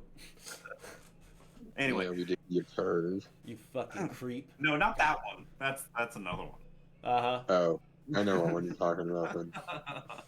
No, sorry, I got lost in my own boob thoughts. Sorry. You Give me a boob. second. Anyway, so no, he transforms into a snake. I was trying to be eloquent about it, got lost in anime boobies, and here we are. Gross. He's a snake. Yeah, so he then coils himself, if you will allow it. He coils himself up your leg, and he's not a very large snake, but he's not a very short snake either. So he has to like coil one time around your abdomen as well. But yeah, I am wearing this man like a sash. Absolutely. So go ahead and give me a perception check upon getting to the doorway before you start putting your body in any kind of harm's way. Give me a Ouch. perception check, Gray. 8. All right. So you hear some commotion, definitely. They're not being quiet about it. There's some sort of camaraderie going on behind this door, but you're not exactly sure the numbers. You're not exactly sure what the camaraderie is. But you can definitely hear some words being flung around. They speak. Do they speak common?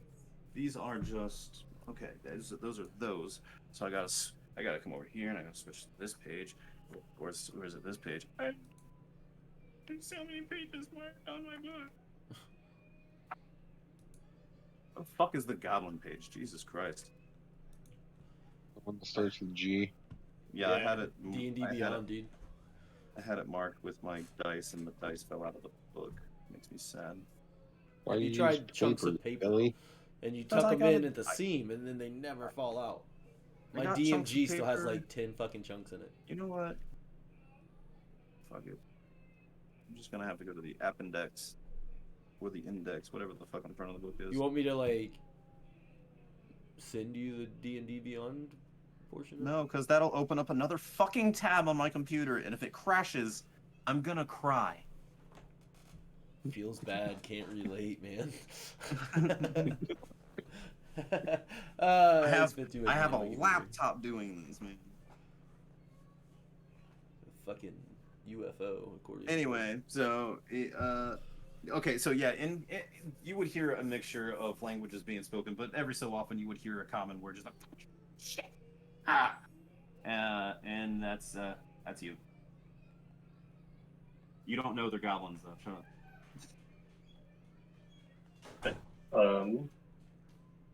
I'll go ahead and slither on in. Slither on in. Okay, give me that old stealth check. 17. All right, I will do a group check. I will do 2 checks, both with disadvantage because they're all doing shit. No, both group checks definitely fail. 5 and a 6 with a perception of -1, so they don't see shit. They don't hear you slip in. First glance when you walk into the room, do you have dark vision? 60 feet. Yeah, you walk in. There's a couple candles lit on the table that they're all hustled around, but there's 5 goblins just hustled around this table. There's bowls. They look like they might be eating. They're definitely like playing a game. They have cards and dice in their hand, but they're definitely like they're just having a little friendly shit talking fest, I guess. I could describe that more eloquently.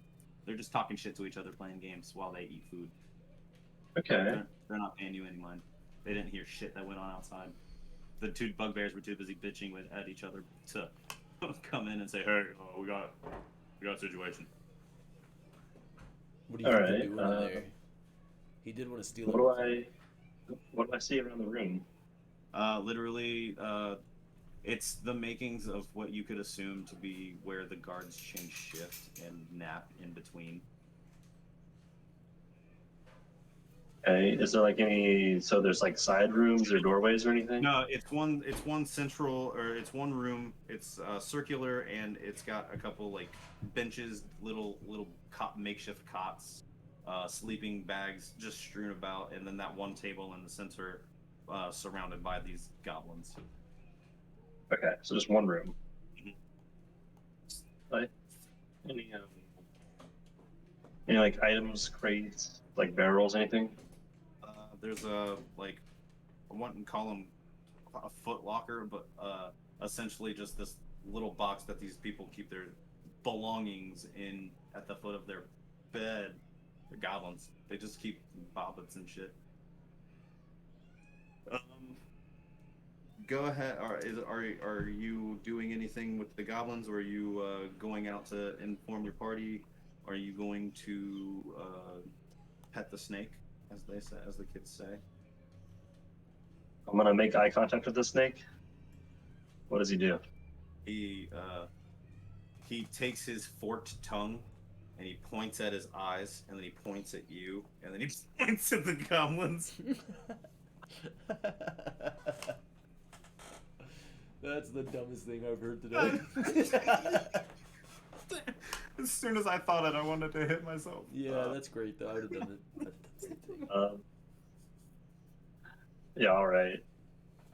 I'm gonna point my head towards the doorway that I came in from. He's gonna nod at you. All right, I'm gonna head back outside. You head back outside. The people waiting outside. Let me tell myself down. I can get myself too much. The people waiting outside. You see Greg come back out unscathed. Nothing happened to him. And What's going on in there? just a bunch of goblins jerkle circling around a table. Really weird. How dark is it? What's that? How dark is it? Some. I mean, they got like some candles lit. Not very dark. Okay. They're just doing goblin things. Goblins do what goblins do, you know? Orthog looks at you and he goes, the bugbears were ordered by goblins to watch the door. That doesn't, something's not adding up. Usually bugbears answer to somebody higher up the goblinoid food chain, you know what I'm saying? Do you think Yeah. maybe I'm very sus. So, a passage in there, another door? Oh shit, sorry, Gorthog can't talk. He's just Oh. He's just hissing hysterically. yeah, he doesn't he's not a he's a druid, he just forgets how. Yeah, right. It's like his dad was embarrassed that he was a druid. That's fair. Oh god, so much more. His dad sounds like a dick. Hygrath is a sweet man. Sweet piece of shit.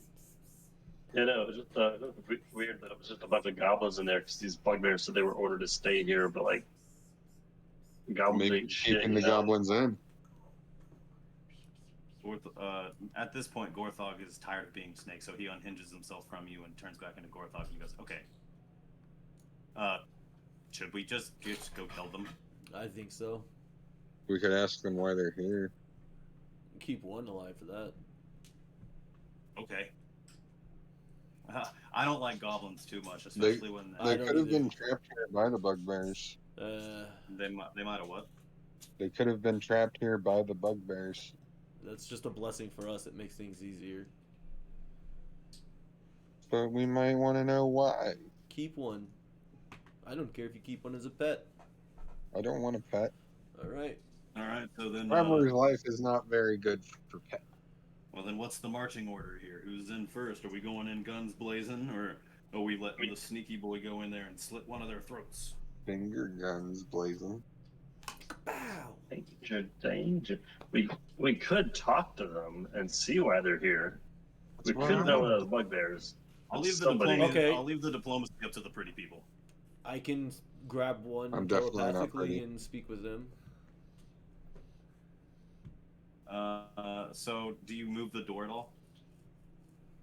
Are Because we you're all too big. going in? No. Otrill Well, is I'm- too big to fit through that crack. So if you want to go in and talk to them, you would have to move the door. Well, I mean, could I not just peek my head in and see them? You could definitely. You could just like crouch Because I down, only have peek to be your head within in. 30 feet of them to speak with one telepathically. Okay, so yeah. Yeah. So you peek your head in, and you're just like staring one down. You haven't caught its attention yet, but then you like reach out with your mind powers. With my mind's eye, man. Is there like a wisdom save or anything to like It's avoid just this, or is it's one of my anything? languages. 30-foot telepathy, creature that's in sight. But let me double check. Word.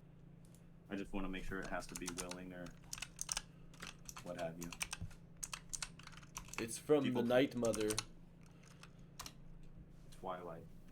Fucking dirty. How dare you.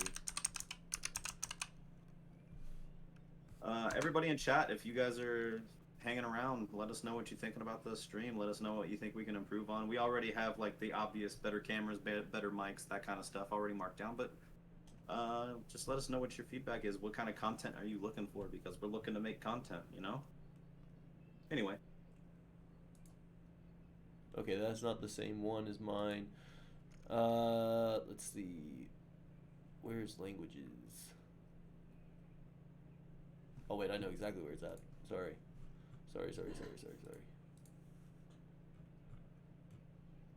Psionic mind. I can send telepathic messages to any creature I see within 30 feet of me.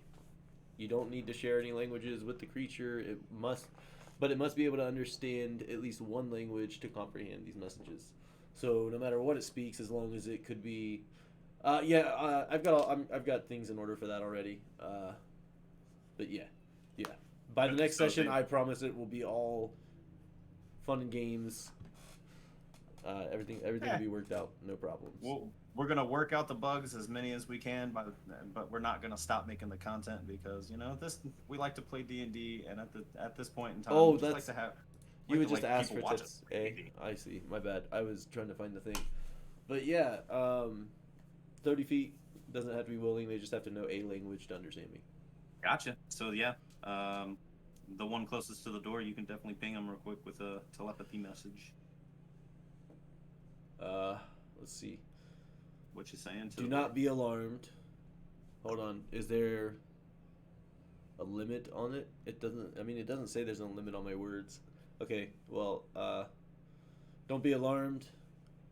They're fucking goblins. Why am I doing this?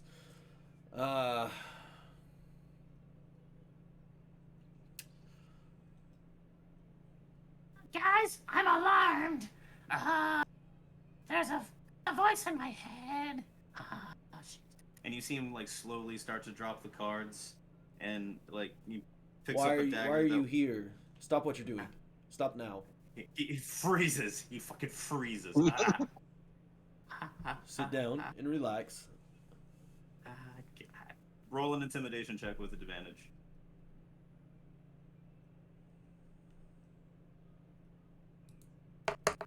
With advantage or disadvantage? Don't forget you have Bardic Inspiration too. No, advantage, please. Okay. Oh yeah, and you've got 10 minutes worth of bardic inspiration. You might want And to that gives me It's what? probably like 5 at this point. That gives me like what? You get to add a D6 to Okay, it so as well. 12 plus 5, 17 total. You see the goblins after he says I'm alarmed and drops his cards and starts to pick up a dagger. They look at him like, what the fuck's going on? You hear, Bing Bang, are you okay? And Bing Bang, that I just came up with his name right now, he's like, yeah, and he sits down slowly. Alright. He doesn't have a dagger in his hand, and he puts his hands on the ground slowly. Hands up, don't shoot. Alright. So, why are you here? Why are the bugbears outside? This is where we wanted to live. Why are the bugbears He's saying keeping you he's here? saying this He's saying this out loud. He doesn't know he can respond with his brain. That's Ah, this is where we live. I don't And you're in charge of the bugbears? know. Where are you? Where? I'm close. And at this point, the goblins are just like, "What the fuck? Who are you talking to?" Bing Bang, who the fuck are you talking to? And he's like, there's a voice in my head. He's talking to me. He's asking me why the bugbears are out. The fuck's out? And he like grabs his dagger and he turns around. He starts looking for you. And at this point, I'm gonna roll a perception check. You're not particularly being stealthy about your head being out, right? No, I can't stealth anyways. I suck at it. I'm just kind of Word. peeked in looking at a guy. Yeah, they definitely 17 plus a -1, so 16. But they see you for sure. They're like, Who's at the fucking? Who's at the door? and they all have their daggers ready. Daggers? Scimitars? Scimitars. They all have their long daggers with curves on them. Yeah, and they don't start charging the door, but they definitely are looking at you with malicious intent. And the one Bing Bang, he's basically shitting himself. Well, I tried to tell you to stay calm, and that's the last thing he's gonna hear in his mind. Well, that didn't go as planned, guys. No, No. it was funny though. So you back your head out to say that, and at this point you hear the skittering of little goblin feet headed towards the door. Can I guiding bolt into that?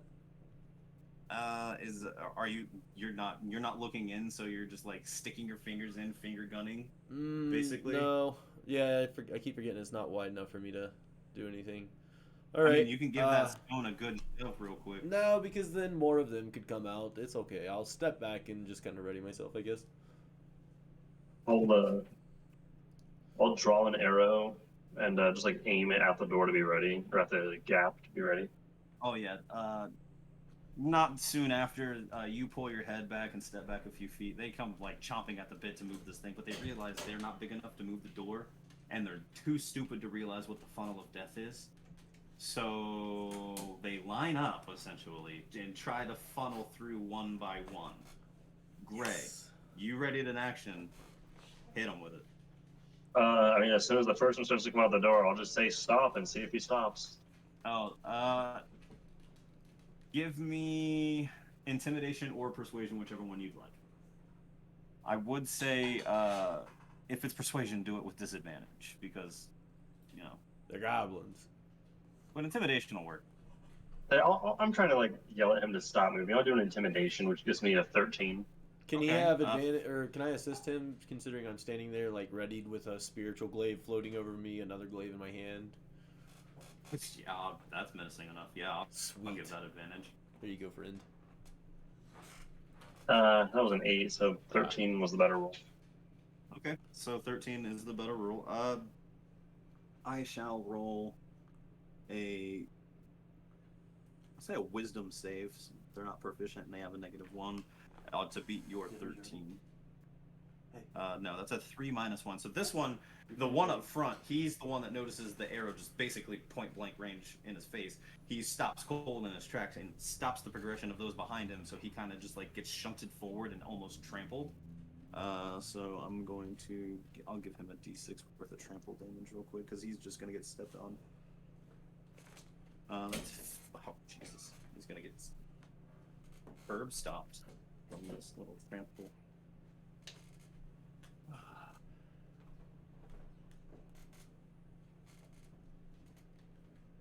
Okay, so yeah, he goes down and gets trampled. The other, what did I say?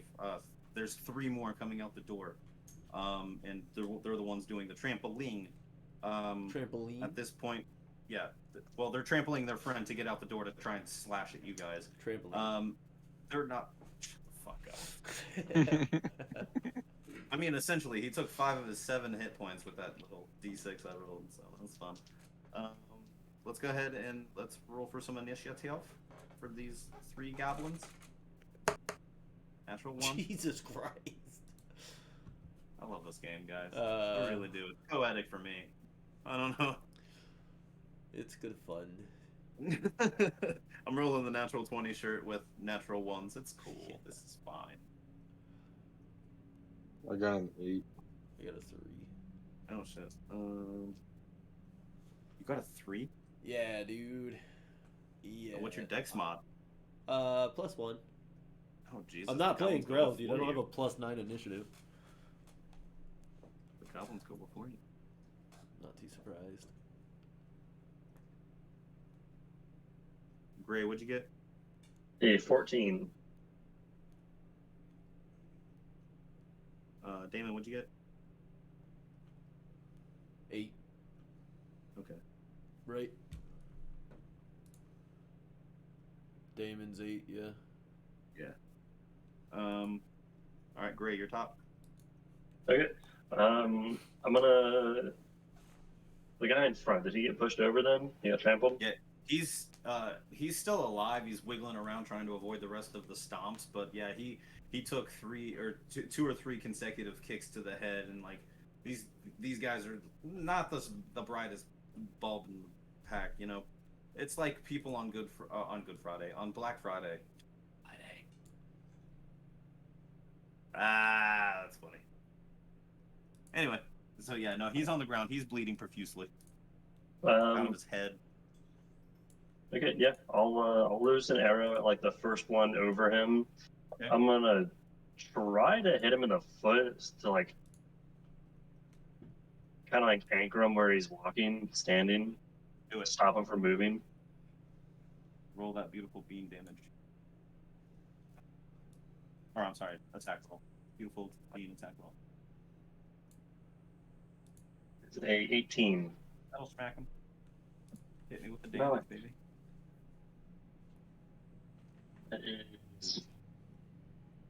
So I just really wanted to hit him in the foot so that way it doesn't kill him, just kind of like stop him. Trying to do But if we're non-lethal damage with some piercing damage. How much damage you doing? So 8. Okay, so I'm gonna call it non-lethal, but it's definitely gonna make him. Okay, so you do what you set out to do. You pin him to the ground, and in doing so, you actually pin him to Goblin 1, and you cause enough damage to kill Goblin 1, and you cause enough not psychic damage, but trauma damage, where they're like, oh fuck, and oh shit, and Enough he faints. faint. You filled his faint bar. He's just laying on top of his friend's dead body, and he's asleep as well, and he's also getting trampled by his friends, and so we got 2 more goblins on the field, boys. And that was me. All right, that will then go to Gorthog, who then will just smack with a mace. Does he have 2 attacks? Have I been fucking that? I don't know if he has extra attack. I know he has a couple of levels. I don't know if he has an extra attack. No, he did not. My fault. No, but I. Oh no, that's just dual. Okay, cool. 1 attack with his light bringer. He's going to swing down on one of these goblins from up. Good tall. Oh my god. Gorthog drops his mace. Saw that coming. Does he have any 3 misses left to times drop? and 3 attacks. I'm not even fucking joking, guys. That's the 3rd one. Should have stayed a snake. Oh no! I've seen better hands on a snake. God damn it, Ryan. You got it. You had it. It was right at the tip of your forked Any tongue. other time, that's what I would have said, even if it didn't relate to the fact. But if it was a snake, it would have bit you. All right. Anyway, yeah, no, that's Gorthog. That sucked. Damon, sorry. Um,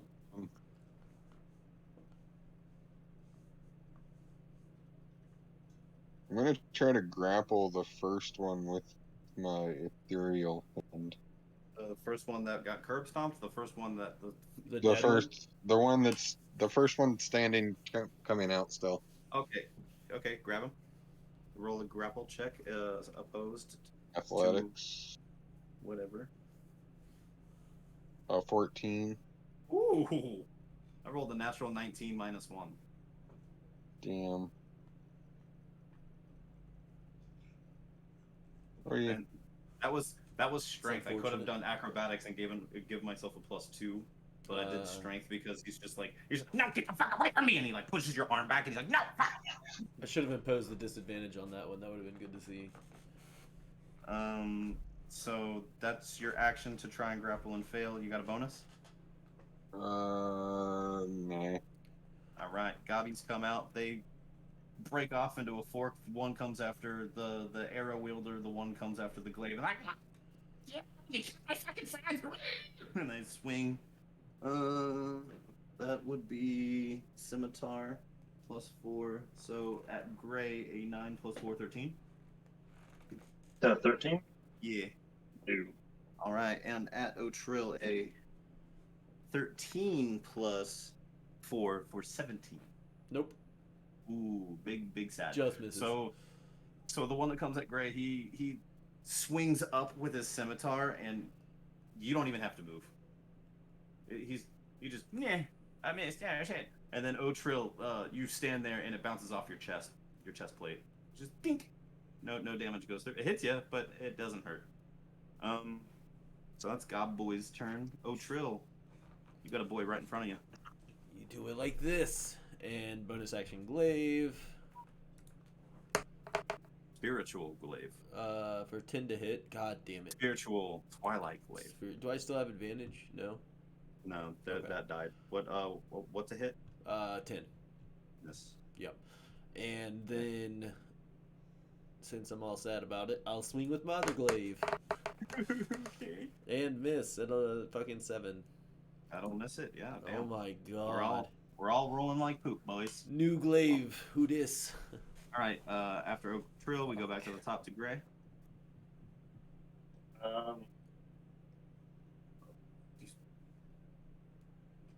Bonus cunning action, disengage from the one that just swung at me. Movement to back up, and then attack action to shoot him. All right, then. Yeah? All right, then. Is that the order of operations? Was there a hide in that, or? Yeah. Oh no, your bonus action disengaging to step back to shoot. Okay, I see what you're doing. You're getting rid of you're getting out of his melee range so that way you don't have disadvantage with a ranged weapon. Yeah, do that. Cool. It's a natural 20. Sick. Roll it. He has 7 HP. Mutilate Dude, his put stupid inside little pockets. goblin butt. Make me. How much? 10 piercing. 10 piercing. Okay, he's got 7 HP, so yeah, that'll still kill him. But like, it's not gonna be as gruesome as, you know, like when you shoot something and it has like 1 HP and you hit him with like a super shotgun, and he's gone forever.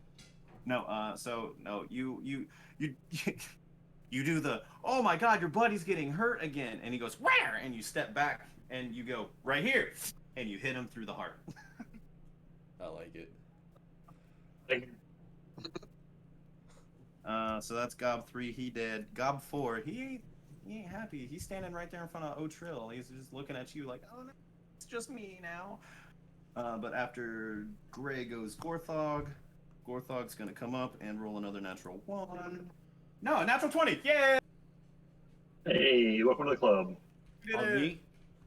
No, that's Gorthog hitting the goblin. Oh, finally. In front of you. Yeah, I know, right? Nice. Since he dropped So he either his, crits or drops his weapon. Yeah. Since he dropped his Lightbringer and he's dual wielding, he has his Mace of Warning in his offhand, so he is going to hit with 2d6 + 2 because of crit. So that'll be, oh, those are d8s. I rolled 2 7s on d6s. 8 plus a total of 10 damage. Yeah, he's just gonna step up next to Otrill and he's gonna be like, oh, I'm so tired of dropping my fucking mace! And as he says the word fucking, he brings down the mace as hard as he can on the skull of the goblin, and this dude's head literally just concaves and fits into his chest cavity. Jesus. So that'll end that combat. Gorthog goes, sorry. My anger, my orc came out. And picks up his mace that he dropped and he just like puts it on his hip and he goes, just stay there.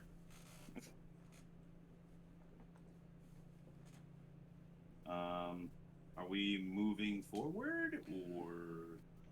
Fiddling I with mean, bugs. I guess we might as well take the rest of them out. Say we've got one pinned, right? Yeah. He, So we've uh, got the one pinned, and is the other one underneath of him still alive? no, the one that you pinned him to, he took. You didn't specify non-lethal damage on him, so he died. But he only had 2 HP, so it was whatever. That's cool. He's a good anchor. Yeah.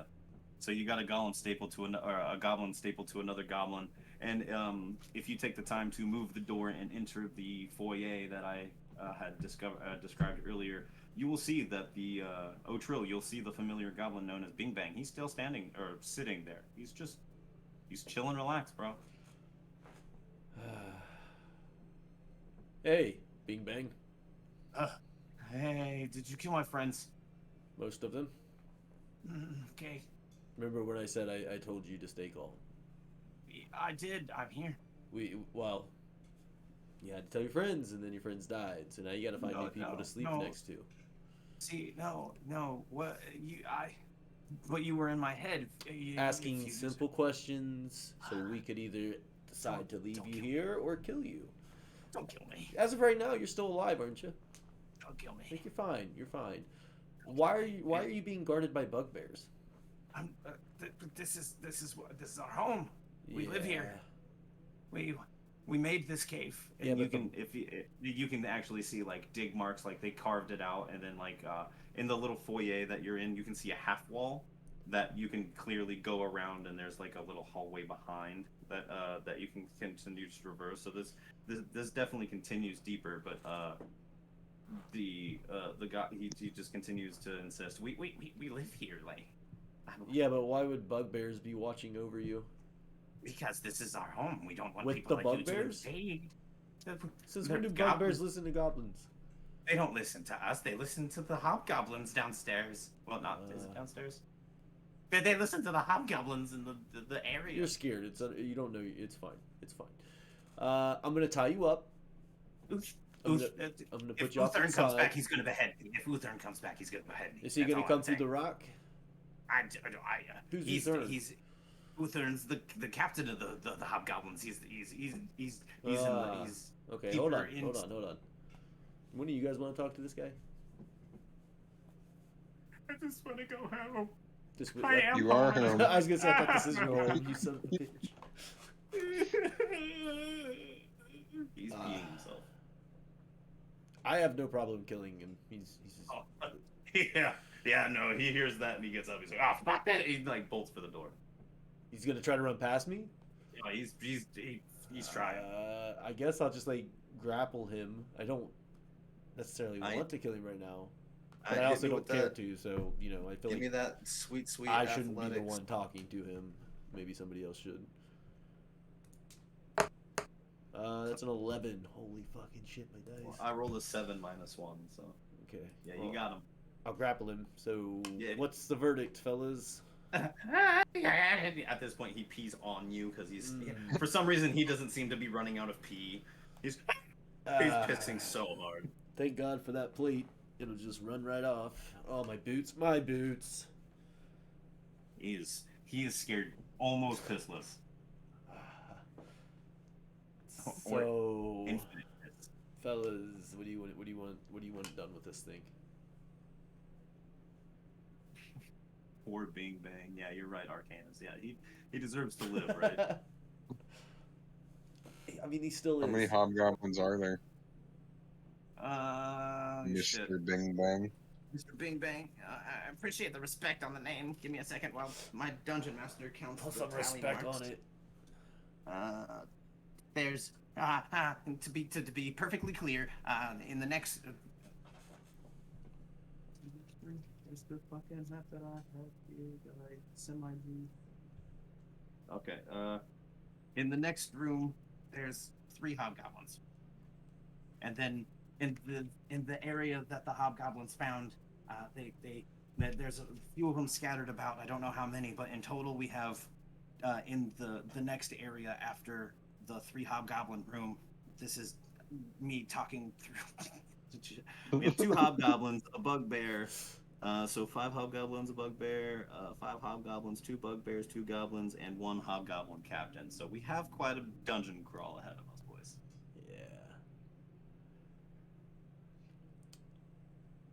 I am excited for this. What It is. there...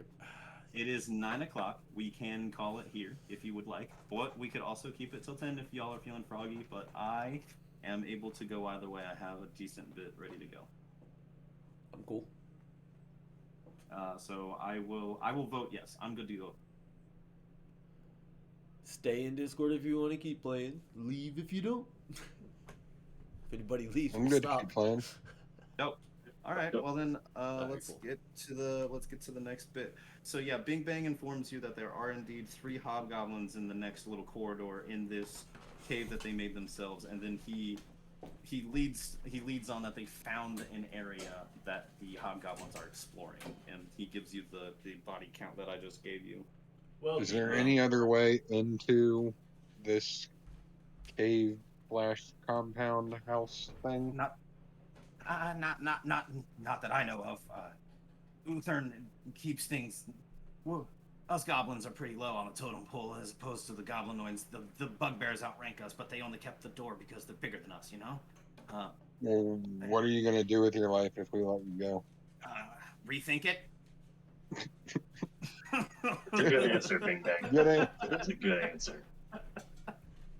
Clearly, whatever god goblins worship is staring down on me. I've never really found religion, and now I just sound like I smoke 40 packs a day, but my voice just is all over the place, y'all. Well, Big Bang. Hey, Bing Bang. That was a good answer. I would like another good answer. Well, Bing Bang, So- I have just the thing you need. 1 second. Gray, you were saying? Have there been any humans brought through here lately? I haven't seen any humans, no, but Do you know of any other building,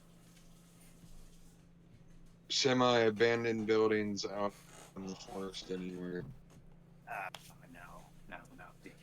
Can't say that I do. We've only been here a short time. We dug out this cave in a matter of days, and we came across this other cavern. We didn't make it, but they're exploring it. Like I was telling you, I'm just here to make sure that they have a place to come home to. You know, like all of the beds and stuff are here. Why Look, man, are you all grouped together, though? Are you like weird, a isn't it? servant? I don't have all the time to explain to you the hobgoblin or the goblinoid hierarchy, but we can travel in packs. Goblins do like goblins, hobgoblins do like hobgoblins, bugbears do like bugbears, but at the end of the day, we're all classified as goblinoids, so we travel in packs. Just be thankful we don't have any wargs because our dungeon master's nice. I'm just kidding. I didn't want to look up another stat block. Now I want to fight a warg. Well, you could be right about one thing, though, Bing Bang. You might be following the wrong god. I don't see- follow God. And I just kind of like gesture to my chest, you know, my little symbol there. Your piss-covered plate mail? Yes, my piss-covered plate mail chest Piss mail. piece and my piss mail. Hmm. Let me tell you about the Lady of the Night. I know. I've met one of those before. Yeah, prostitute. I'll tell you about my Lady of the Night. In the middle of the night. No. The Twilight Queen herself, not. She sure saved Not- my life. Are you saying she's not a god? No, her name is not N-O-T-T. What's an O?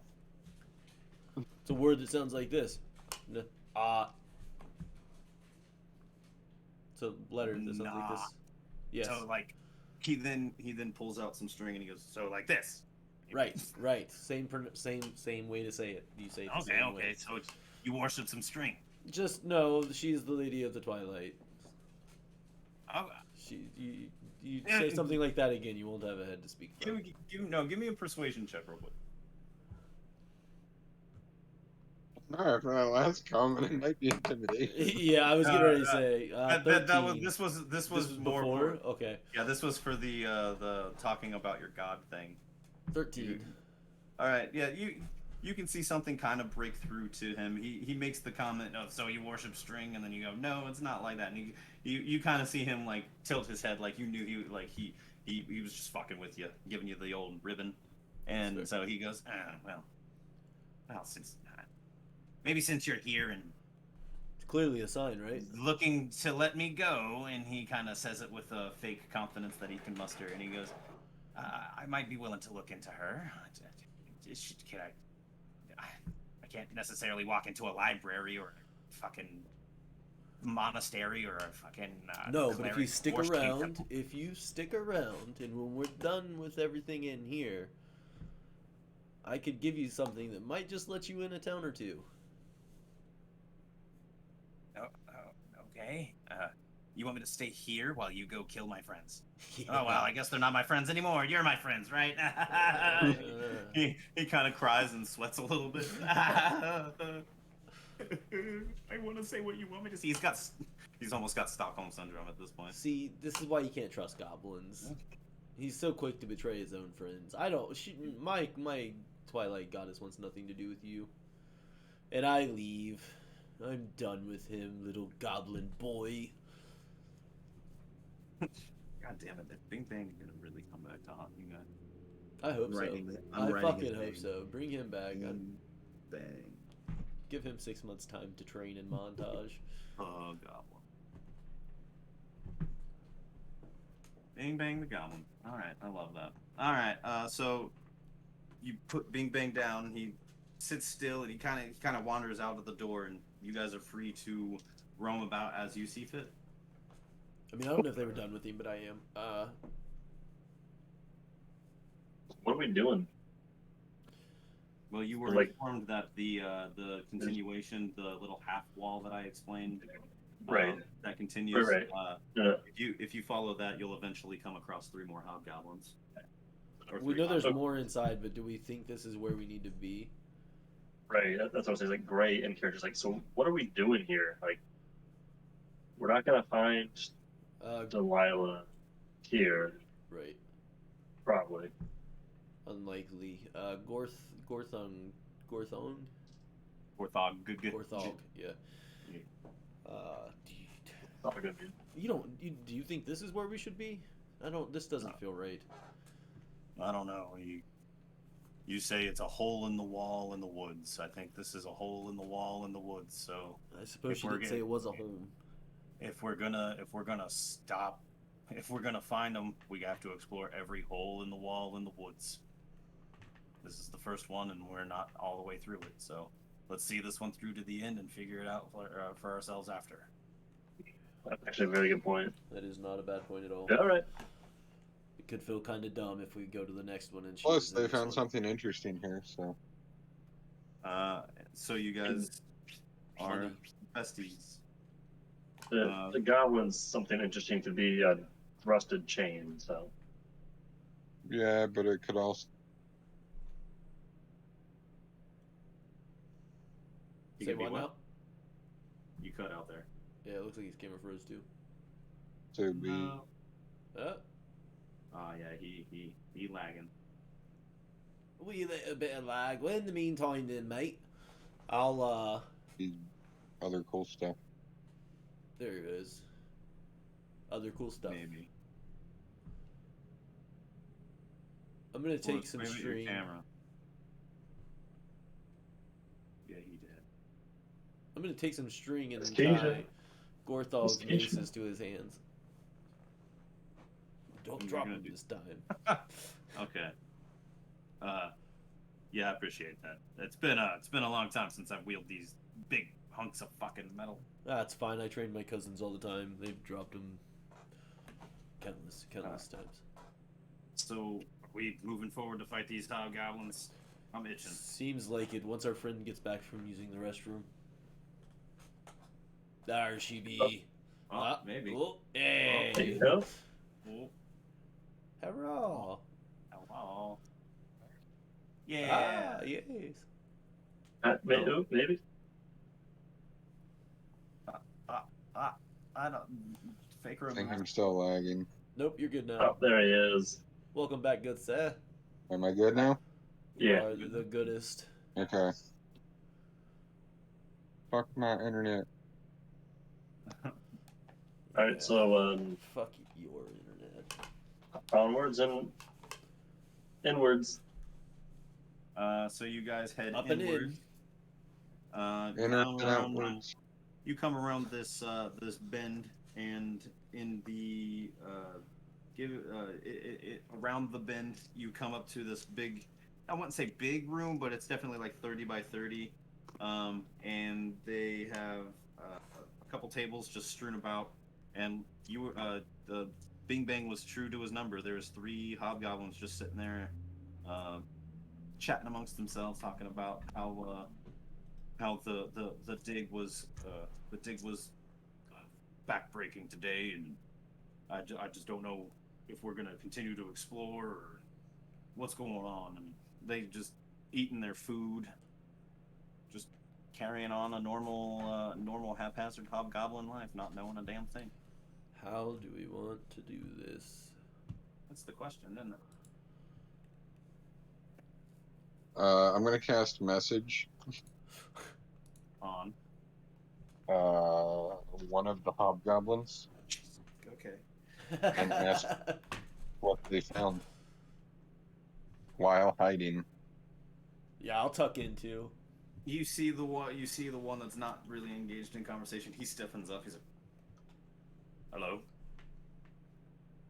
Yeah, he says that out loud also, and then he also thinks, "Hello." Well, this isn't telepathy or I whatever. know he can respond to the message, but he's exploring both avenues. He's out loud and in his brain because he heard you in his brain. Okay. What'd you find?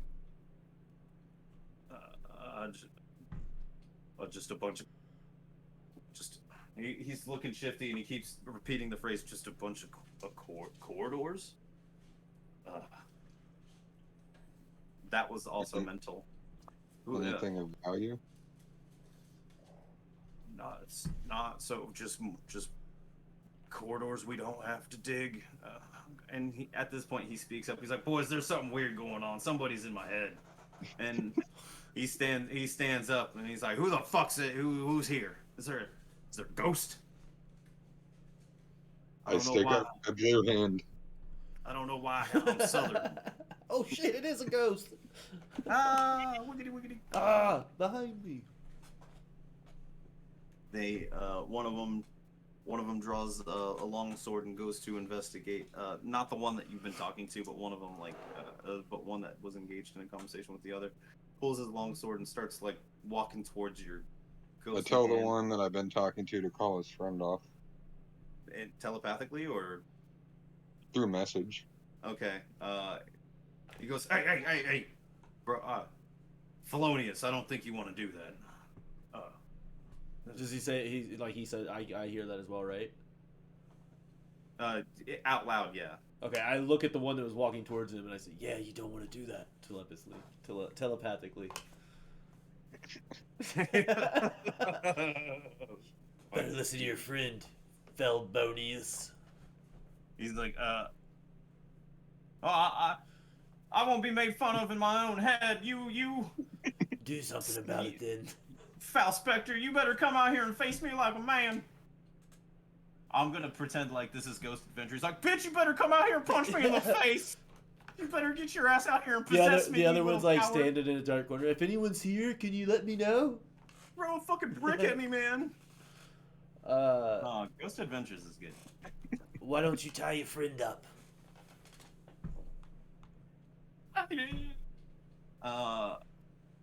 Do me the favor. I am scared.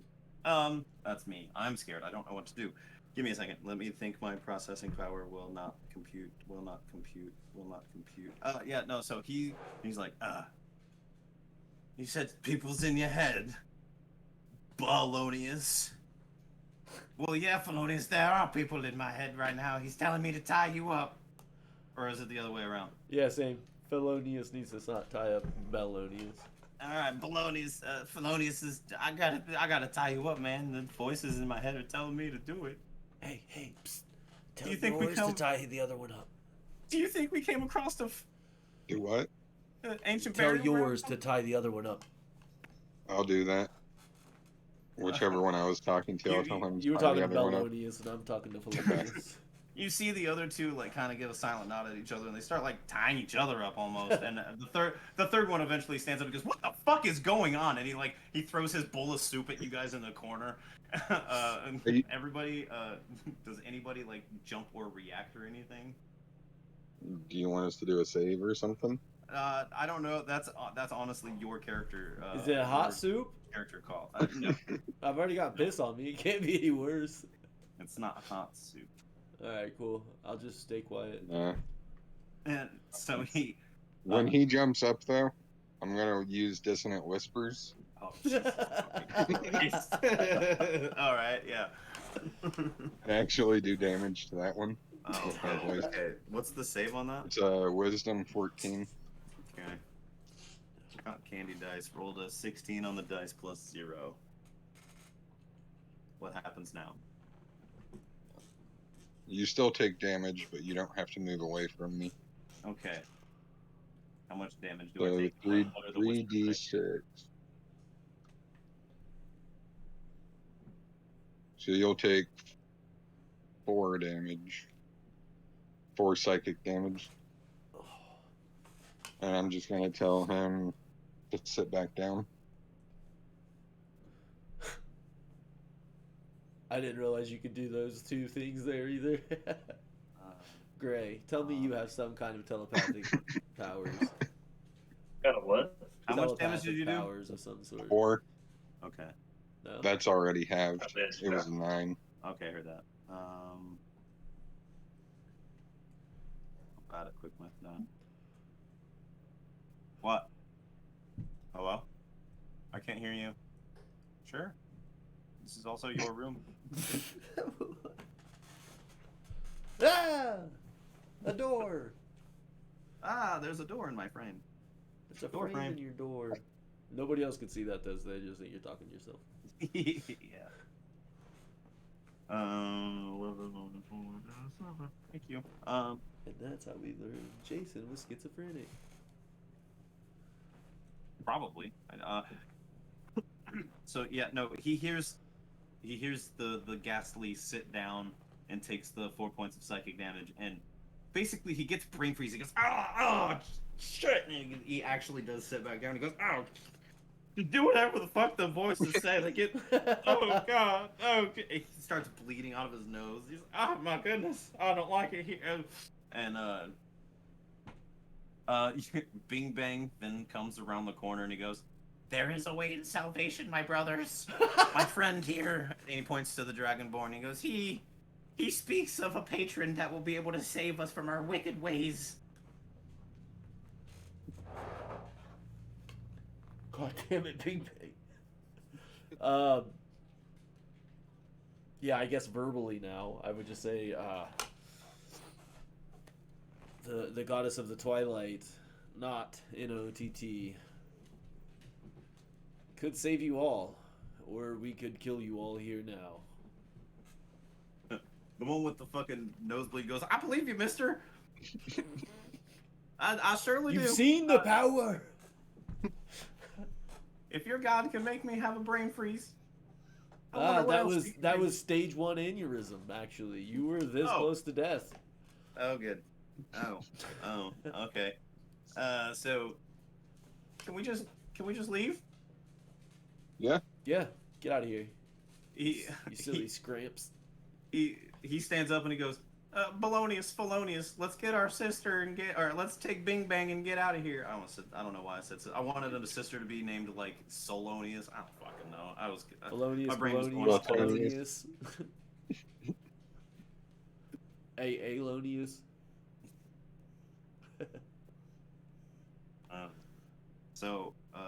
Yeah, no, the hobgoblins, they just literally pack up their shit and they grab Bing Bang and they head out. So I'm gonna put Bing Bang. Polonius.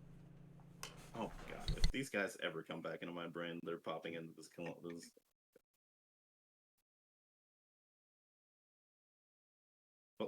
Felonious assault. I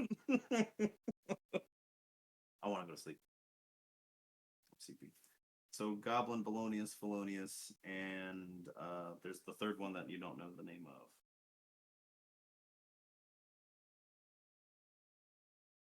Can't. So yeah, no, you circumvented that one. The three hobgoblins pick up Bing Bang, put them on their shoulder, and they are on their way to out the door. And upon exiting and emptying the room, you can clearly focus on a large hole in the wall. It's not a doorway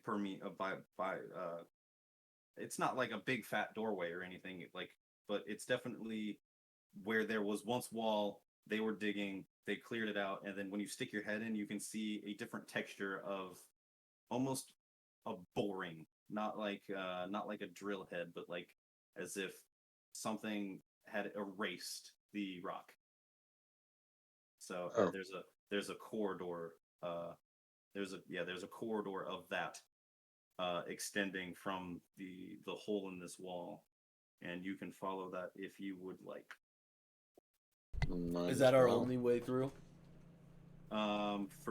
This is the only way to continue forward unless you go backwards, but that's not really forwards.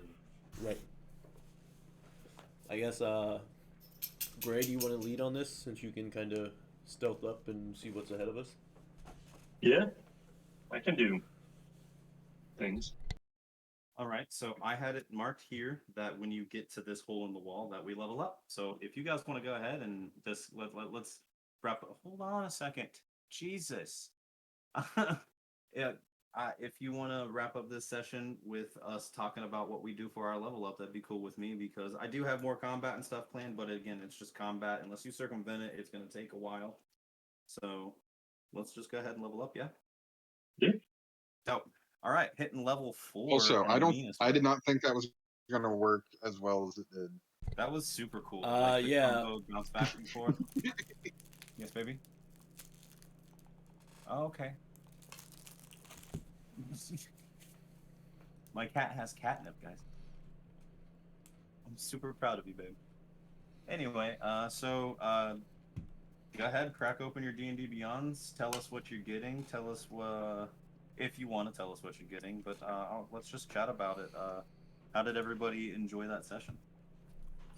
I'm always enjoying it. I really like this character a lot. I'm really liking Jesus, that that is character a lot, bright. too. Hold on, let me move to over here on this screen. Oh, sorry about the noise. You can hear the shower.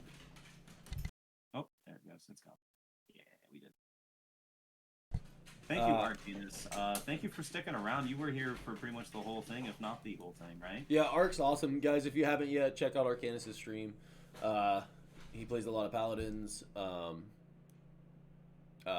Diablo 2 a little bit. I know he was doing Path of Exile. No, not Path of Exile. There was another one. It was similar. It's pretty much a dungeon crawl. But yeah, check him out. That's twitch.tv/Arcanus_. Okay. Yeah. I will be sure to hit Drop a that up. follower. Skyliner, the session is officially done. We cleared the first part of the dungeon. We are going to continue with the dungeon 2 weeks from today. We're going to shoot for a 6 to 6:30 start time, just depending on technical difficulties and other people's schedules and such. Yes, this is the technical end of our session, but like I said, we are leveling up, and the players are going to talk about what they get when they level up. So let's go ahead and... Anybody roll hit dice yet?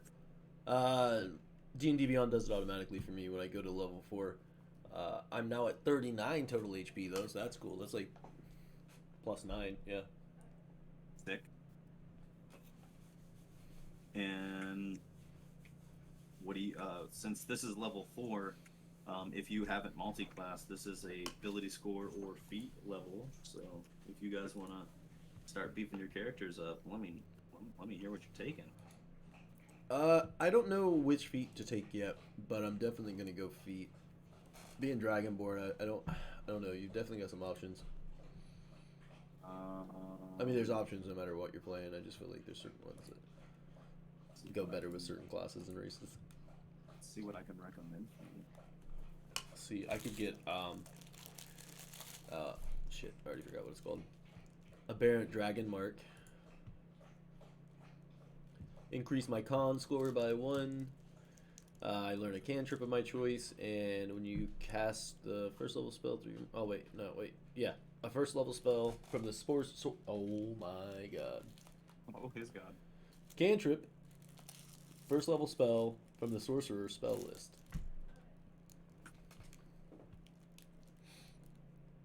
I can do that once every long rest.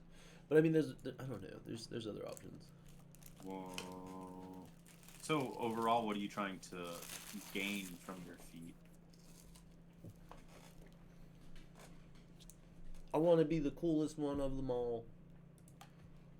Okay. I don't know how to help you with that. I think charisma's pretty high already, so. Yeah. No, I don't know. I want to build... See, that's where I'm torn, because playing cleric, but then I wear half plate and have a glaive, so I can more or less kind of be up front. I have a decently high AC at 18. So I don't know if I want to like try to grab a shield and pick something up, or keep going into melee and build off that. I don't know yet. Clerics are basically battle mages, so going off of that, taking Warcaster probably wouldn't be that bad of an idea.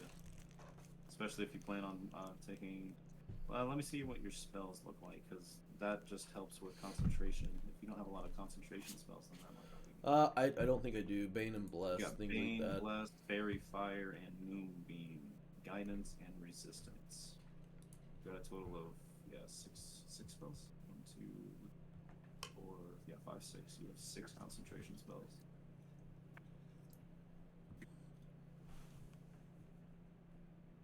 And like you said, you're going to be up in the thick of it with your high AC. Into the thick of it? It wouldn't be a bad idea to take Warcaster, so you can take... so just in case, you can run up, cast Bless, it sticks, and you don't lose it upon getting your first hit, you know? But that's up to you. I like Warcaster. It's a super good feat. But again, obviously, play the character you want. Well, this is one of the those things that just takes me really long to figure out too, because it's like, just have it nailed down before we get to the next session. That's cool. Definitely. What are you guys thinking? Ray, what are you thinking? Yeah. Huh? What are you thinking about your level up? What you got going on? So I'm looking at taking a feat, and I'm thinking Elven Accuracy would be nice, because if I have advantage on an attack roll that uses Dex, I can re-roll one of the dice once. I could do Piercer just to get some extra damage when I hit with a crit. Or there's always Sharpshooter. I was gonna say the obvious choice for somebody at range is Sharpshooter. Sharpshooter's nice. That's what I took on Grell, was Sharpshooter. But you guys don't have those nasty modifiers yet to counterbalance the... What is it? You take a -5 on the attack roll to get a +10 damage? Yeah. I mean, with my +1, that -5 cancels out my modifier, so it'll just be like a straight dice roll. where most things that you're fighting at this level, I think the highest thing that I've seen thus far that I'm willing to throw at you guys has an AC... Oh! No, okay, that's the Warlord. The Hobgoblin Captain meta is... Actually, no, fuck. These Hobgoblins that you bypassed had an AC of 18. The next level up, the Hobgoblin Captain has an AC of 17. That's still, I mean, mine's 18. Mm-hmm. But, like, rolling a straight roll and going up something that has an AC of 18, that's a call for Sharpshooter. That's why Sharpshooter is one of those feats that you have to know when to do it. Right. Elven accuracy, you just hit more, which is always good. It's a nice little bump to that dex. And a bump to your dex just makes you hit even better. Yeah. What's your dex mod right now? What's your dex score right now? Right now it's a 19. So yeah, get that +1, get it up to 20, and then your attack mod will go up by 1, and then whatever Elven accuracy does another +1. Yeah, so Elven accuracy is increases my dex by 1. If I have advantage, then I can reroll one of the die. Piercer, I can also increase my dex by 1. And then if I hit with an attack, dice? Do what? Yeah, when you say reroll one of the die, one of the attacking dice or one of the damage dice? Whenever you have advantage on an attack roll using dex, you can reroll one of the dice. So one of the attacking dice when I have advantage. One of the attacking dice. So basically, you have double advantage. Yeah. Oh, dude, sick. Yeah, no, take that. Absolutely take that. That's pretty sweet. Yeah, you get a +1 to your attack rolls, and you get double advantage when you have advantage. Dude, absolutely. And rogues are based around advantage for their sneak attack. But I wasn't planning on building him as an archer. I was planning on building him finesse, that way you could also do like close up because he is the assassin subclass. Like that. What were you saying, Forrest? What were you saying, Forrest? I was talking about the feat that Parker was talking about. Okay. What are you thinking about doing over there, Mr. Yeah, probably.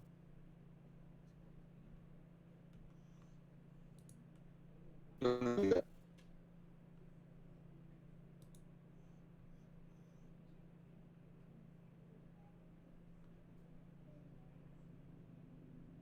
Well, then since everybody is contemplating their stuff, rolling hit dice and figuring out what feats they want to take, because everybody seems to be wanting to take a feat, and that is a-okay with me because feats are awesome and break the game in some of the funnest ways. So, looking forward to all of that, new skills and stuff when we sit down at the table. Spellcasters should. I might just go ahead and take lucky, to be honest. Oh, hell yeah, that's a nice feat. But that always feels like one you want to take a little bit later, you know? I mean, honestly, the sooner you take it, the more payoff it gets, because those nat ones do keep it coming. Just ask Gorthog. Yeah, you're not wrong. Ooh, I could pick up dual wielding. Dual wield, that would cancel out your shield. I don't really run a shield anyways, but I'd get a bonus +1 to my AC. When I have when I have a weapon in each hand, I get a +1 to my AC. I can use 2-weapon fighting even when the one-handed melee weapons you are wielding aren't light, so I could run 2 glaives. And you can draw or stow two one-handed weapons when you would normally be able to draw or stow. You want to know what's really fucking funny about you wielding 2 glaives? Is I have a third one above me. Well, that and the fact that that was Tygrath, my first character shtick, is he would run around with 2 obscenely large, shouldn't probably carry 2 of those at the same time, kinds of swords. Nice, dude. Yeah, nice. Yeah. I think that's the build I kind of want to go for myself. That hits me in the soul. I like that. I mean, but that's the thing with D&D, dude. There's so many fucking options. Absolutely. And it's awesome because, like, especially for newer players, you can just start putting something together, and if you're like, oh, I want to be this from this, or, you know, it just makes things really easy and fun. It's nice. Oh, anybody that is still active in chat, overall, what did everybody think? I know we could do better on the quality of the maps and cameras and such. That's easy fixes though. This was more or less we threw this together in a hurry. We'll have a different overlay so everybody will have their set place and things will look a little cleaner. We'll have the battle map camera situated, fixed, however we want to go about that. I can't do anything about Parker not having hair. That was for you, Jason. He couldn't do that. Nice. But yeah, changes are coming. We just wanted to get this out there. We had some things we wanted to talk about and mention, and we just thought it was a good time to start, so we went with it. Yeah, this was really cool, and really well received for not being posted anywhere. We didn't post it on social. Well, I didn't post it on social media No, I just didn't for post about it either. for fear that it might not happen, because we did throw it all together kind of hastily and stuff, and I'm glad to see that it's getting results. Um, and you didn't get lost with what was happening. That is the greatest compliment I have received. We did Thank you, it. Marconis. That is great. Thank That's how you win D&D. you. Yeah, absolutely. So with that You're being hungry? Let's said, get you some food. we do have a second second stream. Oh well, this is our second stream. We have our OG home game stream coming up in 6 days from now. Yep. Sunday the 2nd, 1 p.m. Eastern Standard Time. Be there and watch us defeat the Skull Lord, our buddy Grell, aka Otrill, aka Godly Daisy, aka Ryan over here. Yeah. Yeah, AKA my boyfriend. he's got a spell on Well, I him, guess and we we gotta could be like break Well, it. it's my boyfriend. Yeah, that is Technically, yeah, Grell and Elgin. There is a bromance there. An actual romance, if I'm not.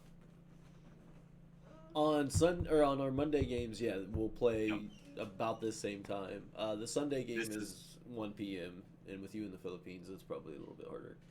Yeah, this is our first Monday game, and I plan on continuing having a Monday, every other Monday game, and I look forward to having you guys tune in. That was really cool. But that being said, I think I plugged us enough. I think I'm ready to go to sleep. I gotta work. Yeah. I gotta work in 12 hours. Yeah. All right, guys. Have a great time. We will catch you Sunday, and if we don't see you then, see you the Monday following. You guys have a great day, great evening, whatever it is. Bye, everybody.